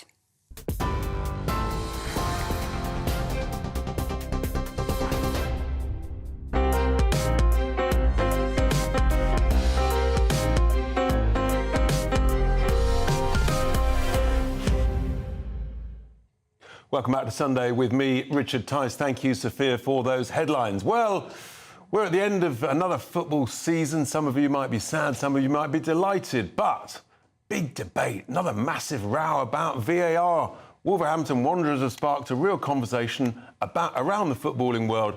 When it emerged, they've actually instigated a vote about the future of the video assistant referees in the Premier League. Now, it was first introduced, unbelievable, 5 years ago at the start of the 2019-20 season to help refs make decisions, higher quality decisions, the big calls, penalties, determining if goals have been scored fairly, did it go over the line or not. But some teams have been complaining it's still got too many problems. Harry Maguire, the first prominent player in the Premier League to add his voice into the debate for those calling for it to be scrapped, although he says he remains an advocate for its use in determining offsides. Well, either you're going to use it or you're not, frankly. But to discuss whether we should be binning it, show it the red card, or maybe keep it and amend it, I'm delighted to be joined down the line by Mark Halsey, of course, famous former Premier League referee and Arsenal fan, I suppose someone has to be, and former Special Advisor Michael Gove, Special Advisor to Michael Gove, Charlie Rowley, he's also actually trained as a football ref until he was about in his early 20s. Gentlemen, thank you for joining me. To you, Mark, first, what's going on here? Why has this been such a Horlicks in football? Listen, I think since its implementation into the Premier League, it hasn't gone well at all. And listen, Wolves are quite right and to bring it to the forefront, because obviously the inconsistency that we're seeing week in, week out, year in, year out. And listen, what we've got to remember is VAR is going nowhere. It works well in UEFA competitions, in FIFA competitions. It works extremely well because there's the leadership and there's the direction. And the inconsistency we keep saying is it comes down to the training, the education of our officials. It's not VAR, it's the personnel that's operating it. And it comes with the leadership and direction. And at the present, they're just doing what they want to do. And we're seeing the inconsistency. We're seeing 1 week a penalty given for a challenge, recommended review. The next week, the same instance not being reviewed. Handball is all over the place. And the problem we have with the training education there, the referees, they don't know what natural is unnatural in certain phases of play. So we need the correct leadership and direction and the training education from the PGL management, the backroom team. And not only that, when VAR first came into the Premier League, we didn't follow the IFAB protocol. So we allowed the VAR official to make all the big decisions. That is totally against the VAR protocol. And that's what Mike Riley brought in when it first came into the Premier League. So we're just seeing things all over the place. And what Wolves have done, they want it brought to the forefront. They want to see massive improvements. And you're spot on. The IFAB protocol hasn't been amended since it first came into fruition. So we need to look at that as well. We need to amend the IFAB protocol. So in a sense, what you're really saying is the debate is about scrapping it in order to try and improve it. Charlie Rowley, I mean, you've been a ref yourself, and you're obviously a big, passionate football fan. What's the argument for keeping it as is? Well, that's absolutely right, Richard. I have to say, just at the start, I grew up watching Mark as a referee alongside his colleagues, such as Graham Pole and Rob Stiles. And Mark, people like Mark inspired me to actually become a referee. So I'm absolutely thrilled to be here chatting with him today, and you, of course. But I think, look, Mark's absolutely right. I think, there are so many complications with VAR, but it's, I think, more often than not, the time that it takes to get a decision. You see, if you see it in tennis with Hawkeye, if you see it in cricket, you get these decisions quite quickly. I think, leaving fans for, minutes on end when there are 2 or 3 people in a back office room somewhere that you can't see, fussing over a decision, where you're debating now whether it's a toenail over the line, or a fingernail, if you're offside or onside. The fans want quick decisions. They want the right decisions. So I think when it comes to the most important things, like a penalty, if it's been an obvious miss, you might want to just have a quick word to the ref on the pitch to say, look, I think you might need to look at that again, to make sure that the big calls that you get right. But otherwise, the game should be able to flow. Because actually other sports, they do get it right. I mean, whether it's DRS with cricket, whether it's with rugby union, as you touched on, with tennis. And I mean, you can, why can't the Premier League get it right like those sports, Mark? Well, you're spot on. Listen, the fans are just as important as anybody else in football. They are important, as well as the players, the coaches, the managers. And remember that the product we've got in the Premier League is fantastic. Now, he's absolutely spot on about the timing. Now, if you're taking a minute, 2 minutes, 3 minutes, 4 minutes, you can find whatever you want to find in that instant. If you want to find a penalty, you'll find a penalty. If you want to find an offside, you'll find an offside. So we've got to look at the timescale. Bring the timescale right down. If you can't see a clear and obvious error after 25 seconds, then it's not. You play on. You go with the on-field decision. Interesting. And we need to hear the conversation from the referee and the VAR, so the fans can hear everything that's going on. Yeah, because obviously the fans are very important as well.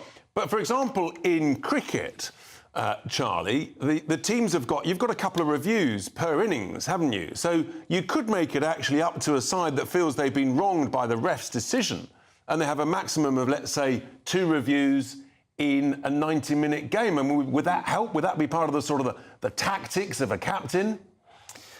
I'm not sure that would be helpful, because I think within 90 minutes, football is so intense. It's very contact. It's a contact sport. I think if you used up those reviews, and then at the very end of the match, you might have a clear and obvious penalty that should be awarded, or a goal that should be awarded that's ruled offside or ruled not to be, and then you don't have those reviews, and actually that decision's wrong. Then of course that costs team points. That costs. That's part of the tactics of it. I mean, it's very exciting in cricket. It is. What do you think about that, Mark? I mean, I'm on to a winner here. We should have a maximum number of views, shouldn't we? No, we don't want to get like the NFL with the flags being thrown down. But I think the FIFA are looking into that situation. But for me, I think we just got to leave it as it is, because we see in Jolly's teams in the Champions League, we don't see a problem in the Champions League, because Roberto Rossetti, his clear leadership and direction, his training education is bang on. We're not seeing that in the Premier League, in the PGML, because we haven't got the right people, the backroom team in place to bring it to where we want to. That's extraordinary. So basically, it's just a competence and personnel issue within one league. I mean, one division. That should be the easiest thing to sort out. Mark? Well, yeah, it should be, but obviously it's not at the present. As I said, I mean, Howard Webb's got a massive job on his hands, and I'm sure if he's given the freedom to do it, he's inherited the backroom team that he's got from Mike Riley. So I think Howard's got to look at it this summer and bring them all in for training. Don't give them the summer off. We've got to get this right. We have to get it right because it is spoiling our game. It really is spoiling the Premier League. Charlie, finally, is that your sense, that it is spoiling it? It's sort of ruining it for everybody in the Premier League? I think that's absolutely right. And I think, look, it is just about the big decisions. So if Mark, I think, is absolutely right, get everybody in over the summer, make sure that everybody knows the clear rules of the game, what they should be ruling in, what they should be ruling out, not fussing over maybe the small things. And if you can't make a decision within a certain amount of time, use VAR to help. But if you can't make a decision quickly, stick with what the ref says. It's a human game. Yeah. You can allow for human error, but when it comes to the big calls, you've got to get those right. But you've got to have everybody signed up onto the same page.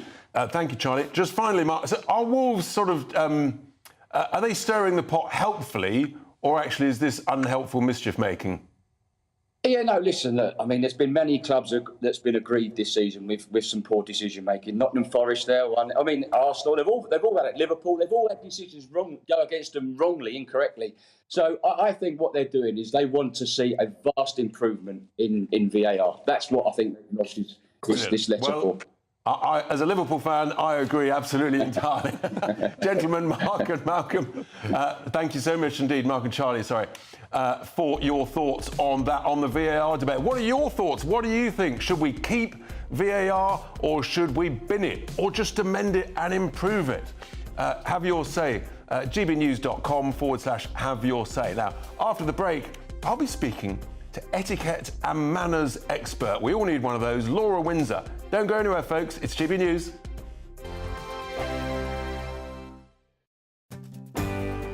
I'm Michelle Dewberry, and this is GB News. The People's Channel, Britain's news channel.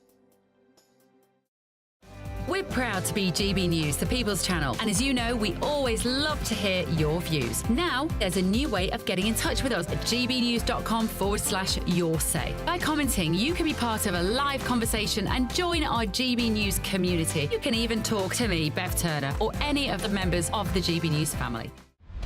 Britain's Newsroom, weekday mornings from 9:30.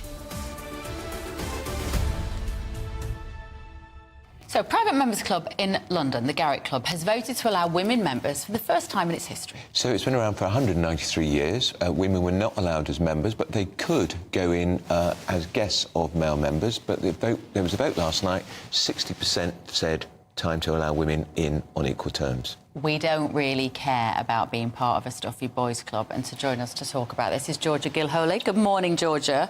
Do women care about this? Have The Guardian got nothing better to do? Apparently not, considering we have a huge range of domestic and global crises ongoing at the moment. I think, first and foremost, this was a campaign. It's been successful now by and for elites.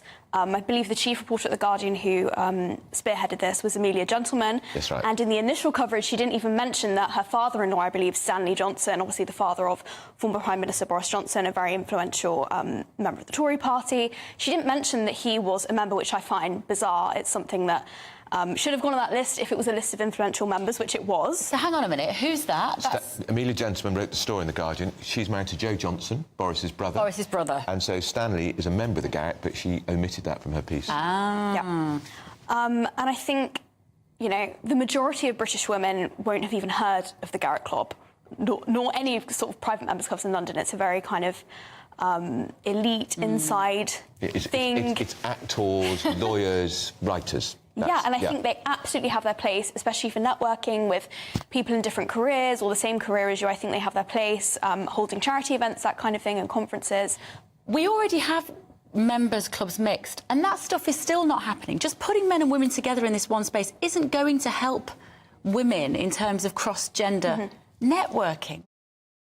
Join me, Neil Oliver, every Sunday night at 6 p.m. on GB News. And if an hour is not nearly enough for you, go to gbnews.com for special extended episodes online every Friday at 9 p.m, where we can truly get into the nitty-gritty of what's going on. GB News, Britain's news channel. I'm Tom Harwood.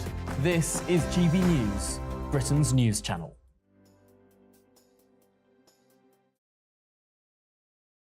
We are proud to be GB News, the People's Channel. And as you know, we always love to hear your views. Now, there's a new way of getting in touch with us at gbnews.com/yoursay. By commenting, you can be part of a live conversation and join our GB News community. You can even talk to me, Bev Turner, or any of the members of the GB News family. Simply go to gbnews.com/yoursay.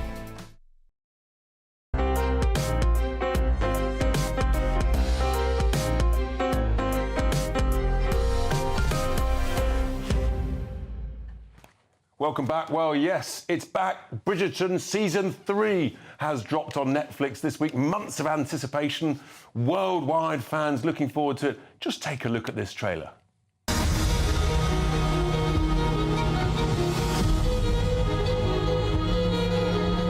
Lord Debling. He is eager to take a wife this season.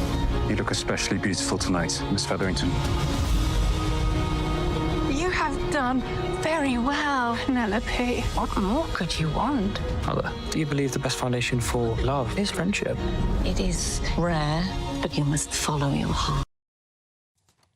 Looks amazing. Well, the Netflix series Bridgerton, of course, it's paid homage to many of the traditions, the behaviours that were adhered to the 19th century, the courtship, the marriage, the high society. But how much of these traditions have carried on into modern-day times? Good question. Well, joining me to discuss this is the etiquette and manners expert, Laura Windsor.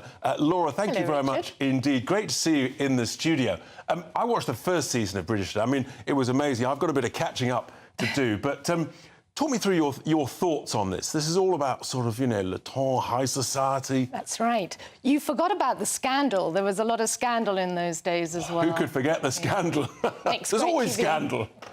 Well, I was on the set about 2 years ago. It took quite a long time in the making. And I was actually dressed as in Regency-era costume, without the corset, mind you, thankfully. However, the corset did help a lot with deportment, because there's very little room for slouchy shoulders and... Nothing worse than slouching, sort of sit up straight. Absolutely. They were obsessed with poise and deportment, and that's what I taught the people on the set. And I always find it very funny, whenever I talk about proper posture, everyone sort of shifts and shuffles in their seats, and everyone starts sitting upright. Posture is really, really important, because it's basically body language. It says so much about you. It speaks volumes, and it shows your self-esteem, your self-confidence. And I have bought... Goodness me, we've got a stick in the studio. And a book. So you're going to demonstrate? I am, and I want you to follow me as well. Really? Yes. Right. Right, the pole, don't get excited. We're not going to be doing any dancing at all. We're just going to don't know where this is going, folks. We're just going to put it behind our back. And what this does is that it pushes your shoulders back. Right. And I want to know whether you find it comfortable doing that. Right. I'm interested about your normal posture, yes. How does that feel?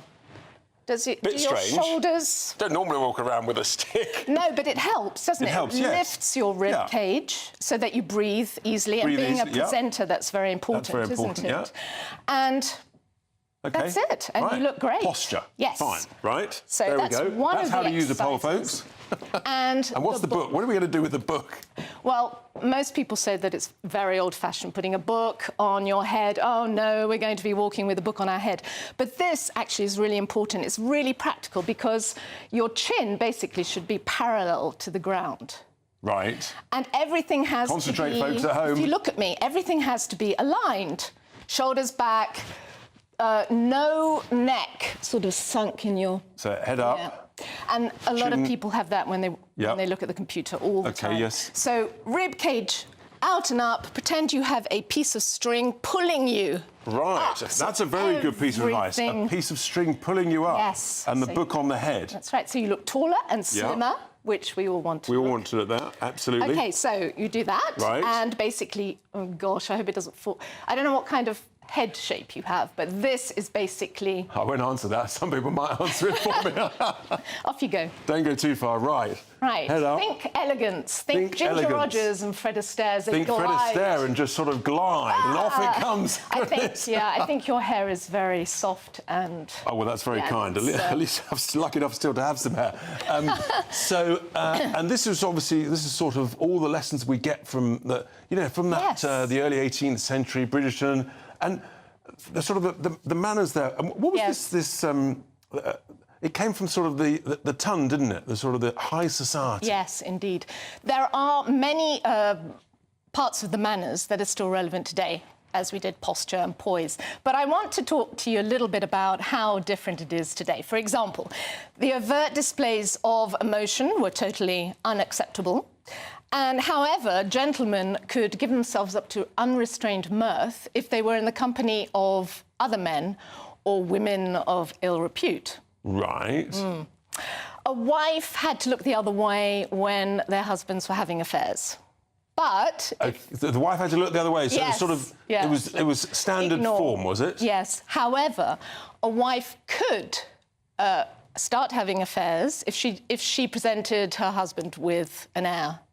But it had to be discreet, of course. So it's a sort of performance-related affair. Is that basically where we're at? You know what it was like in those days. Just read Jane Austen novels. Yeah. If a woman couldn't bear sons or daughters, she was considered worthless. I don't know whether to pose that question to viewers. I mean, should we have sort of performance-related affairs? Maybe don't respond to that, or we could get all sorts of things that would be unreasonable. Did I say something wrong? No, it's fine. As I was saying, overt displays of emotion, but if the lady were confronted with vulgarity or some weird situation, she was allowed to either faint, take the vapours, or actually suffer from hysteria. So that's the only time when we were doing the sort of non-stiff upper lip thing. OK, to show some emotion and things. That's right. And of course, yes. but lots of that has sort of changed and to where we are. Yes, thank goodness. For women. Thank goodness for women, yes. Yes.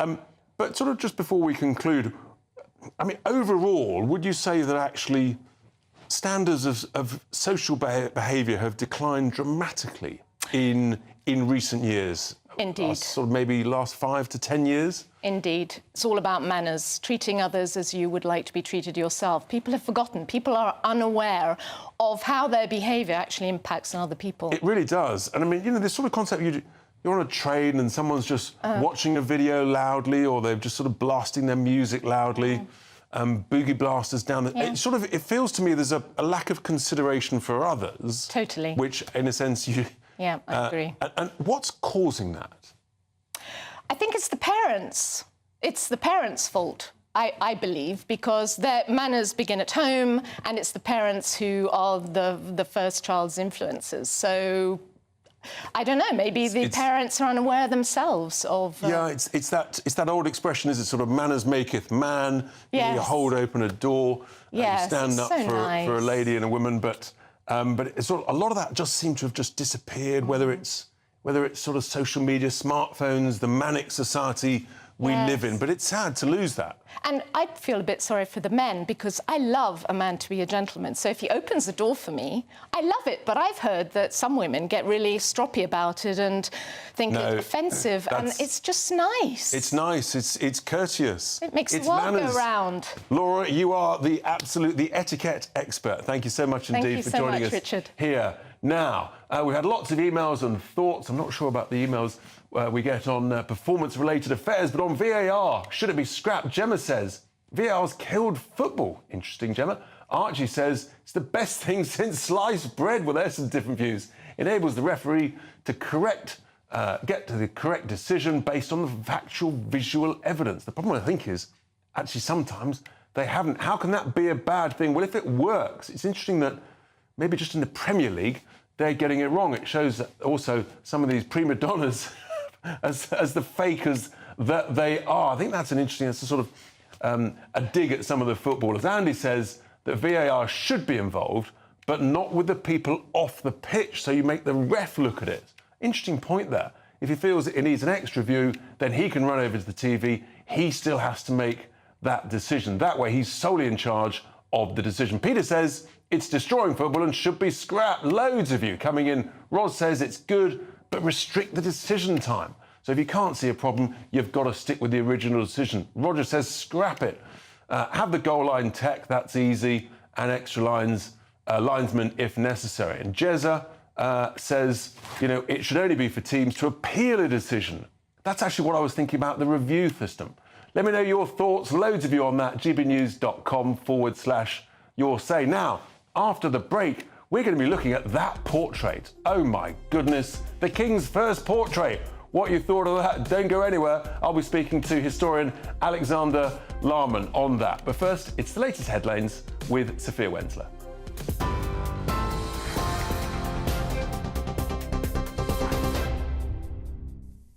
Richard, thank you. It's 12:30. I'm Sophia Wensler in the GB Newsroom. Your headlines. Chancellor Jeremy Hunt has vowed to compensate victims for the infected blood scandal with a £10 billion package. Hunt claimed it was part of fulfilling a promise he made to a constituent who died after contracting hepatitis C. The scandal has been the subject of the biggest ever public inquiry in the UK after tens of thousands of people were infected with contaminated blood and blood products. NHS staff will be told to work evenings and weekends under Labour plans to slash waiting lists. Hospitals will be asked to share staff and pool waiting lists as part of a £1.1 billion drive to provide an extra 40,000 appointments a week. Shadow Health Secretary Wes Streeting also promised to protect whistleblowers and cut the NHS's reliance on migrant workers. A 14-year-old boy has died and a 13-year-old boy is in a critical condition after getting into difficulty in the River Tyne at Ovingham, Northumbria. Northumbria police were called on Saturday after concerns for the welfare of two teenage boys who were in the river. The younger boy was rescued by emergency services and taken to hospital, but the body of the 14-year-old was later found in the water following a search and he was pronounced dead at the scene. And history was made in Saudi Arabia last night as Alexander Usyk became boxing's undisputed world heavyweight champion after defeating Tyson Fury. The Ukrainian won on a split decision following the fight in Riyadh. Fury was nearly knocked out in the 9th round, but disputed the loss afterwards, seeming to suggest Usyk only won a sympathy vote because of the war in Ukraine. In response, Usyk said he was ready for a rematch. And for the latest stories, sign up to GB News Alerts by scanning the QR code on your screen or go to gbnews.com/alerts. Now it's back to Richard.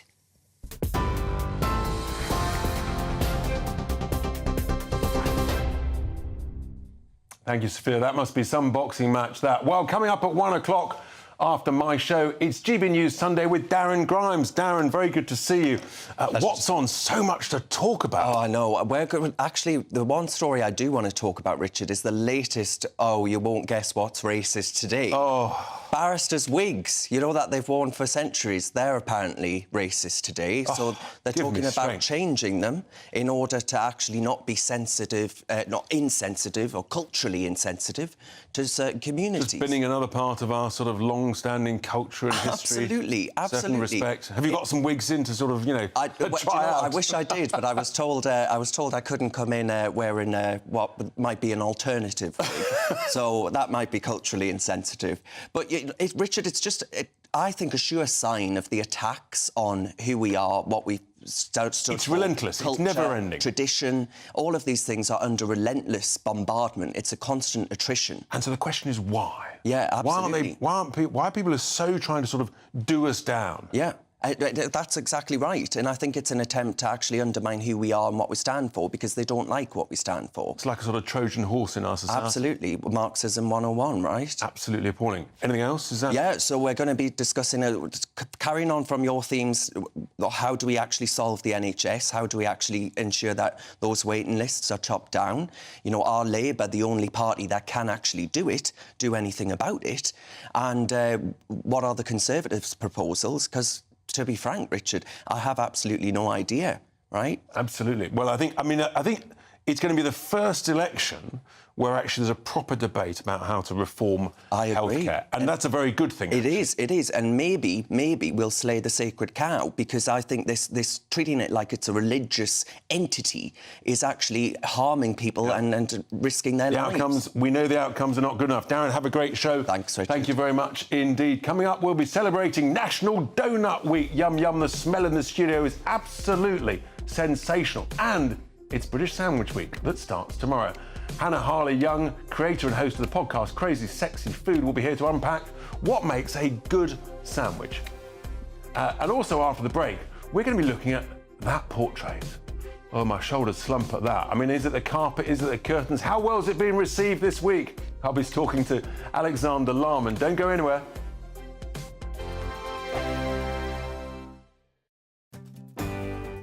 I'm Mark Dolan, and this is GB News, the People's Channel, Britain's news channel. Every Saturday, 10 till 12, we'll bring you all of the news that you need to know. We'll also remind you that there is so much to smile about. It's my favourite time of the week. I get to relax, enjoy some light-hearted stories, and let Ellie teach me about fashion too. That's Saturday Morning Live, every Saturday, 10 till 12. Only on GB News, Britain's news channel. This is GB News, Britain's news channel.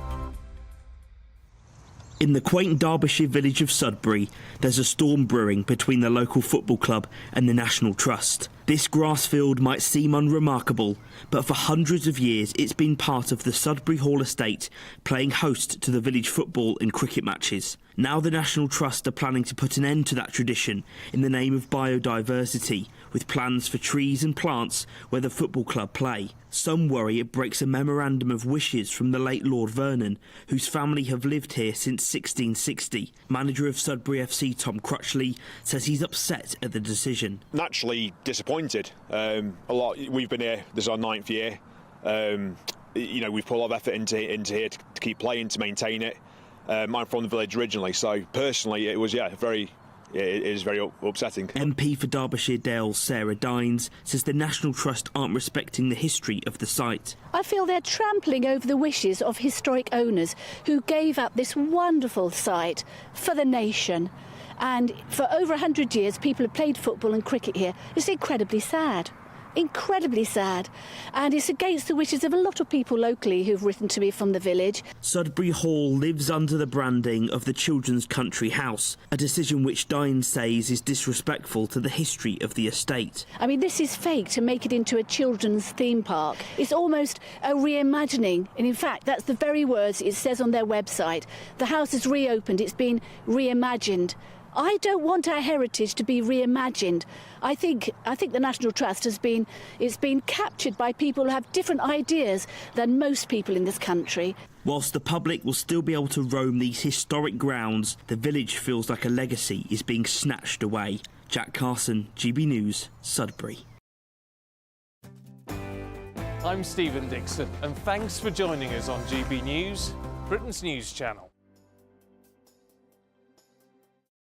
Sunday nights on GB News. From 6, Neil Oliver. At 7, it's Free Speech Nation with Andrew Doyle. At 9, Mark Dolan. And at 11, get set for the week ahead with headliners. Tomorrow's papers tonight. GB News, the People's Channel, Britain's news channel.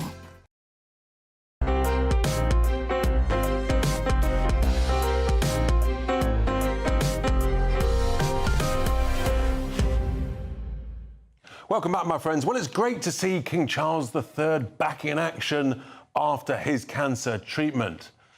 But did he really want this?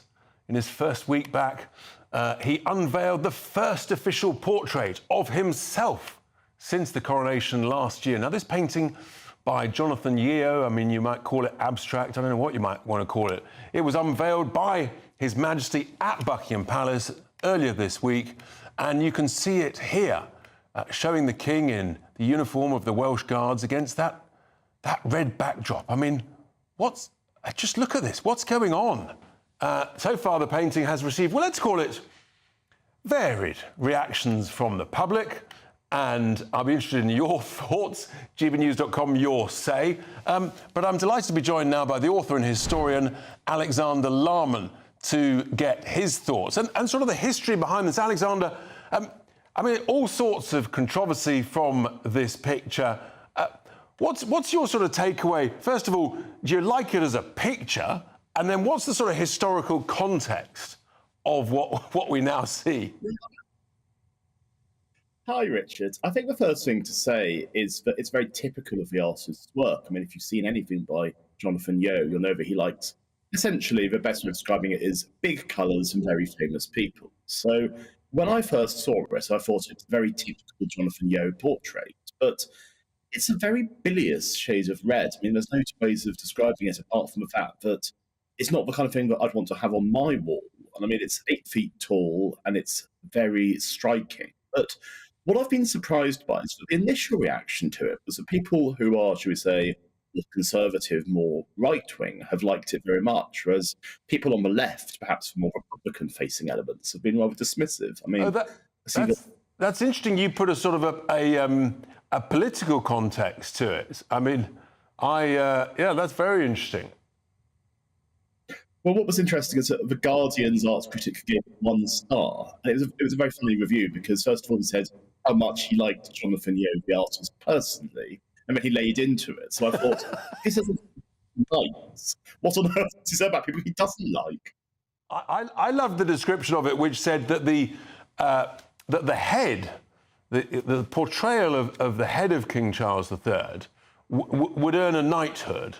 His hands would earn an MBE, but for the artist, for the rest of it, he should be taken to the Tower and presented for execution. A bit harsh, but I mean, the rest of it it's just a sort of red mess, isn't it? Well, I think what's quite interesting is that the facial representation of Charles shows his kindness and shows his wisdom. And if I was him, I'd be very happy about that. But the question that I'd be asking if I was His Majesty was, why is it so red? Because what you see about red is it's a very striking colour. And if you're a kind of abstract artist, you can do immensely interesting things with it. But Yeo is not an abstract artist. Because obviously, at the end of the day, it's a representational portrait, and it's a commissioned portrait of the king. Now, I mean, obviously, we've had other very, very well-known artists who have painted the royal family. I mean, famously, Lucian Freud painted Elizabeth II, and that was a very de-glamorized, very controversial portrait, and people still talk about that 20 years on, although, again, The Guardian called it the best royal portrait in 150 years, so make of that what you will. Do you think here, Alexander, Jonathan Yeo sort of imposed his own view of King Charles III within this picture? Well, I think that the artistic flourish he's had is that we can see there's the butterfly just above the king's shoulder. Now, of course, there's lots of interpretations as to what the butterfly could mean. I mean, the artist has said that he thought it was a way signifying his shift from being Prince of Wales to being king, which is fine. I mean, if that's what you want to say. But I think you could also say, is it some sort of suggestion about Charles's illness? Is it some sort of reference to his spirits? I mean, that seems exceptionally unlikely. But there's lots of ways in which you can interpret that. Of course, the trouble is, as soon as you put in any symbol into a painting like this, which is not completely naturalistic, you're going to have people who look at it and say, well, why the butterfly? Why the... I quite like the butterfly, to be honest, Alexander, but I just thought the rest of it was a bit of a mess. Time's against us, but thank you so much indeed for your thoughts, Alexander Larman, there on King Charles III's first official portrait. Now, after the break, I mean, the smell is delicious in the studio. We'll be looking at the love of sandwiches ahead of British Sandwich Week with Hannah Harley-Young, and also, very importantly, National Donut Week. Don't go anywhere. Hello, welcome to your GB News weather update from the Met Office. Plenty of warm sunshine out there today, still the odd risk of a shower, and it is cooler in the east. Looking at the pressure pattern, we've got a ridge of higher pressure out towards the west, low pressure towards the east, so bringing plenty of settled conditions today. So a lot of sunshine around, especially compared to yesterday in the south. There is still the risk of a shower, especially across southwestern parts of Scotland and into Cumbria, where some of these could be heavy, perhaps with the odd rumble of thunder, and further south of possibly seeing one too. But otherwise feeling warm in the sunshine, highs of 24, possibly 25 degrees. But we have got cloudier conditions across parts of Scotland and down this northeastern coast as well. So it's going to be feeling cooler here, and those cloudy conditions are going to be remaining through this evening, perhaps with the odd shower developing over the highest ground. And like I said, low cloud across northeastern parts and the odd heavy shower across Dumfries and Galloway, perhaps moving its way further northwards. Elsewhere, lengthy sunshine to end the weekend, but the odd risk of a shower perhaps in the south.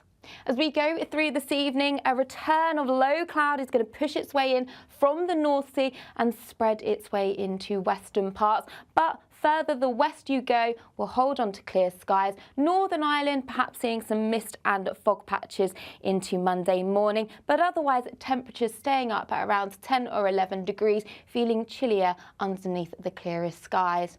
So quite a murky start to start Monday morning, a lot of low cloud, mist and fog. That will gradually lift and break and return its way back to the coast, perhaps a bit slower than what we've seen today. But otherwise, plenty of sunshine on offer once again. There is a risk of some showers, especially across western parts of Northern Ireland, but feeling warm where you do see the sunshine. In the GB newsroom, we bring you the news as it happens. With our team of dedicated journalists across the UK, GB News brings you accurate reporting of the day's topical agenda. When the news breaks, wherever and whenever it's happening, we'll be there. This is GB News, the People's Channel, Britain's news channel. I'm Christopher Hope. This is GB News, Britain's election channel. Good afternoon, Britain. Good afternoon, Britain. Weekdays from midday, we bring you the most compelling stories from across the United Kingdom. And why it matters to you. From your doorstep to our inbox. That's right, we want to hear from you. Good afternoon, Britain. Only on GB News, the People's Channel, Britain's news channel. I'm Simon Evans, and this is GB News, Britain's news channel.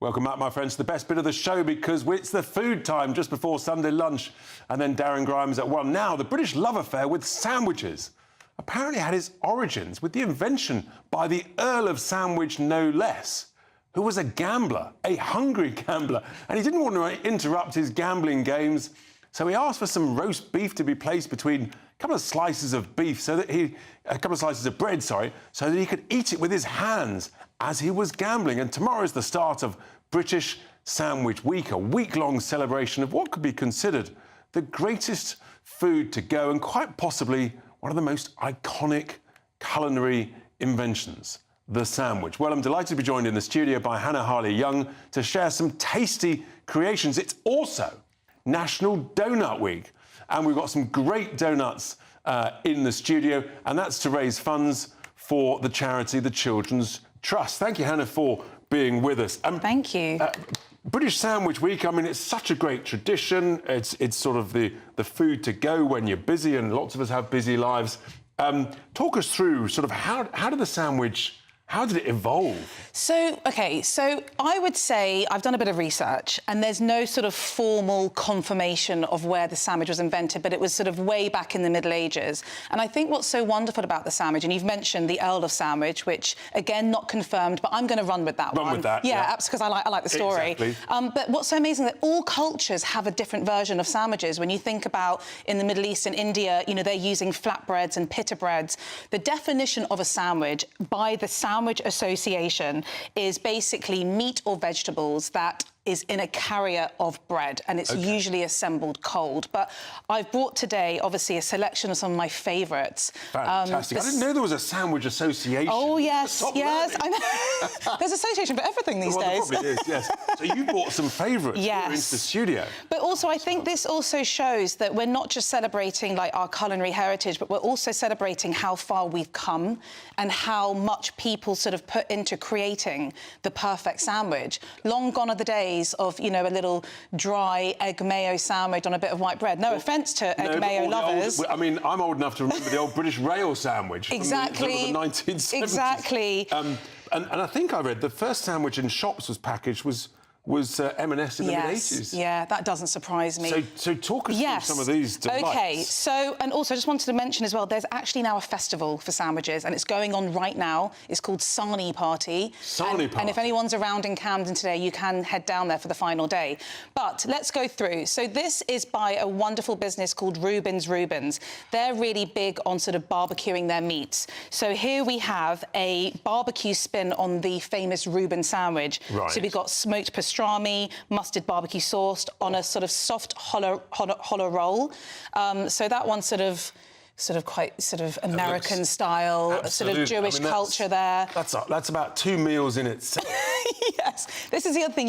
It is a meal now. It's not just like a snack. You know, so this one is by the guys from Melt. Melt can be found in Old Spitalfields Market. They have been regarded as one of the best grilled cheese sandwiches in London. This is obviously not just with cheese. This has got 24-hour smoked brisket. It's got a combination of 3 cheeses. We've got a West Country cheddar, a mozzarella, and a Gruyere, and that's on a sourdough. Absolutely. And then what you do with this one, sort of smoked cheese. You dip that one into the gravy. That's just naughty. That is naughty, without question. Naughty but nice. Absolutely. Then we've got these guys. This is a really interesting concept. This is the Secret Sandwich Shop that can be found just off Portobello Road in West London. Now, they're basing their sandwiches on the Japanese sandwich, and you can see it's very symmetrical. It's very sort of very formal. Very formal. Yeah. This one has what has this got in it? This has got it's rye bread with Swiss cheese, pastrami, sauerkraut. Last but not least, Rogue sarnies. Now these ones are beautiful. These are wood-fired rolls, so they actually fire up all of their ovens just to sort the bread out. This is called the 3 Little Pigs. We've got mortadella, salami, and porchetta in there with smoked scamorza cheese, pickled pepper relish, and burnt lemon aioli. I mean, this is, I have to say, folks, I mean, seriously, the smell, and they're so tempting. I may have to stop the show early and just get stuck in. Absolutely amazing. And, I mean, the creativity here, they are just meals in themselves. And, I mean, we are a sort of sarnie nation. Are we more so than other nations? I think I read that there's something like 3 billion sandwiches a year are consumed in the UK. And we spend over £8 billion on sandwiches. So a year, if you think about that. £8 billion on sandwiches. Just imagine that. How much are you spending at home, folks, on your sandwiches? But also, I mean, this is what's so exciting. Like, you can go to these places and they're so creative with what they're doing, you know, and I think that's what makes a wonderful sandwich. For me, I'm thinking about what bread are you using? What's the variety of ingredients? The different textures? What sauces? You know, are you going to have a melted element to it, such as a melted cheese? Are you going to have different types of meats in it? You know, we've come so far. We have. It's an industry in itself, but also the creativity of the chefs is absolutely remarkable. And also, I can't resist the next thing, of course, National Donut Week. Yes. Would you like one? Well, I will in a minute, that's for sure. The donuts, you know, again, originated in America. This is National Donut Week here, the Children's Trust. I think they're linking in with about 350 bakeries to raise money. But look at those, the old crispy cremes. Yes. So I mean, you can't go wrong with a donut. You can't go wrong with a donut. So donuts originated, actually, well, before the First World War, but they really came in their own in the First World War when it was sort of to help the American troops in the trenches, women volunteers, and then sort of after that, it sort of exploded in America. Absolutely amazing. I think what I also love about donuts is it's the simplicity of essentially some fried dough with a bit of sugar and the happiness and joy that it brings you. And again, the types of varieties. I mean, I love these types of donuts, but who doesn't love a jam-filled donut that's been rolled in sugar? You know, there's so many different options these days. Absolutely, so many different... I mean, it's hard to know where to begin with this, but I'm not sure I can get my chops around any of this. We might have to wait until afterwards. So that's the formal that's your sort of Japanese style style from the Secret Sandwich Shop. These are wood-fired rolls. These have actually been cooked on site. They've been finished off on site. Yes, that's what you've been smelling all morning. And then here are your donuts. Here are the donuts. Look at all these amazing things. Let's cheers one. Oh, he's gone for it. Yeah. The donut. I've gone big on the donuts earlier. I've sort of gone in reverse. I should have stuck into the sandwich, but I couldn't resist it. I mean, these absolutely sensational. Really is. Whatever you think, folks, I'm sure you might have a roast or something. Or what I did also discover with sandwiches is the favourite filling. Yes, so this is really interesting. Bacon. Bacon is the biggest. But it hasn't always been bacon. What else It's it might usually be? been chicken. Usually chicken. And this year it got overtaken by bacon. We're going to have to run out. We're running out of time, folks. Hope you've enjoyed the show. Michael will be back next week. Up next, of course, with GB News, it's Darren Grimes.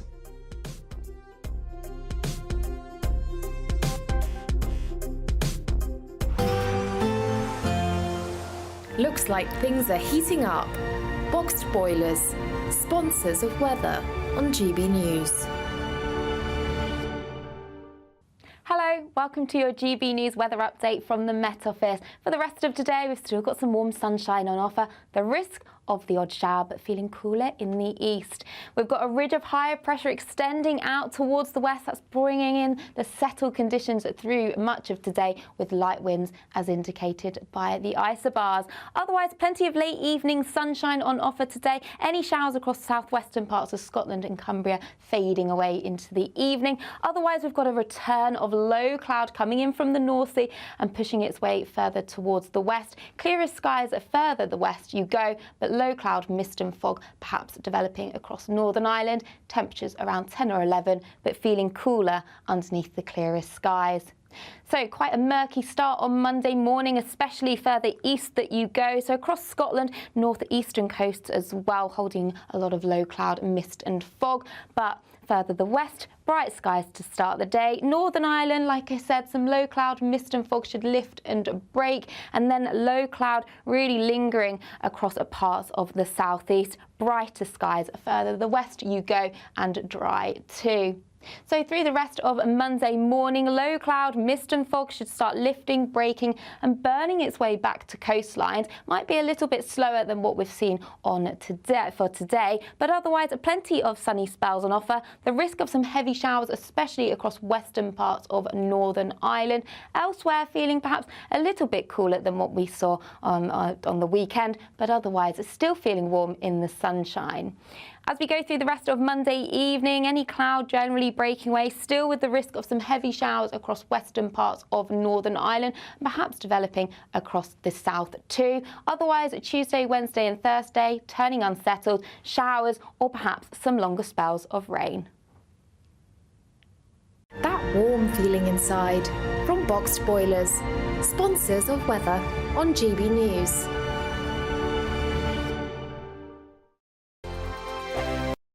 It's the biggest cash prize we've given away to date. An incredible £20,000 that you could use however you like.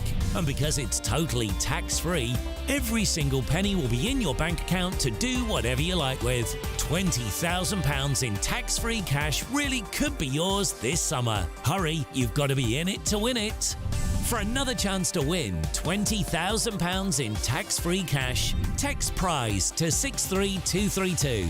Text costs £2 plus one standard network rate message. Or post your name and number to GB05, PO Box 8690, Derby DE1 9TT. UK only. Entrance must be 18 or over. Lines close at 5 p.m. on the 31st of May. Full terms and privacy notice at gbnews.com/win. Please check the closing time if listening or watching on demand. Good luck. GB News is Britain's election channel. And when the big stories break, we're tackling them on Britain's newsroom. When we disagree, and we disagree a lot, it's even livelier than normal. We don't disagree that much. We do. His comedy, though, is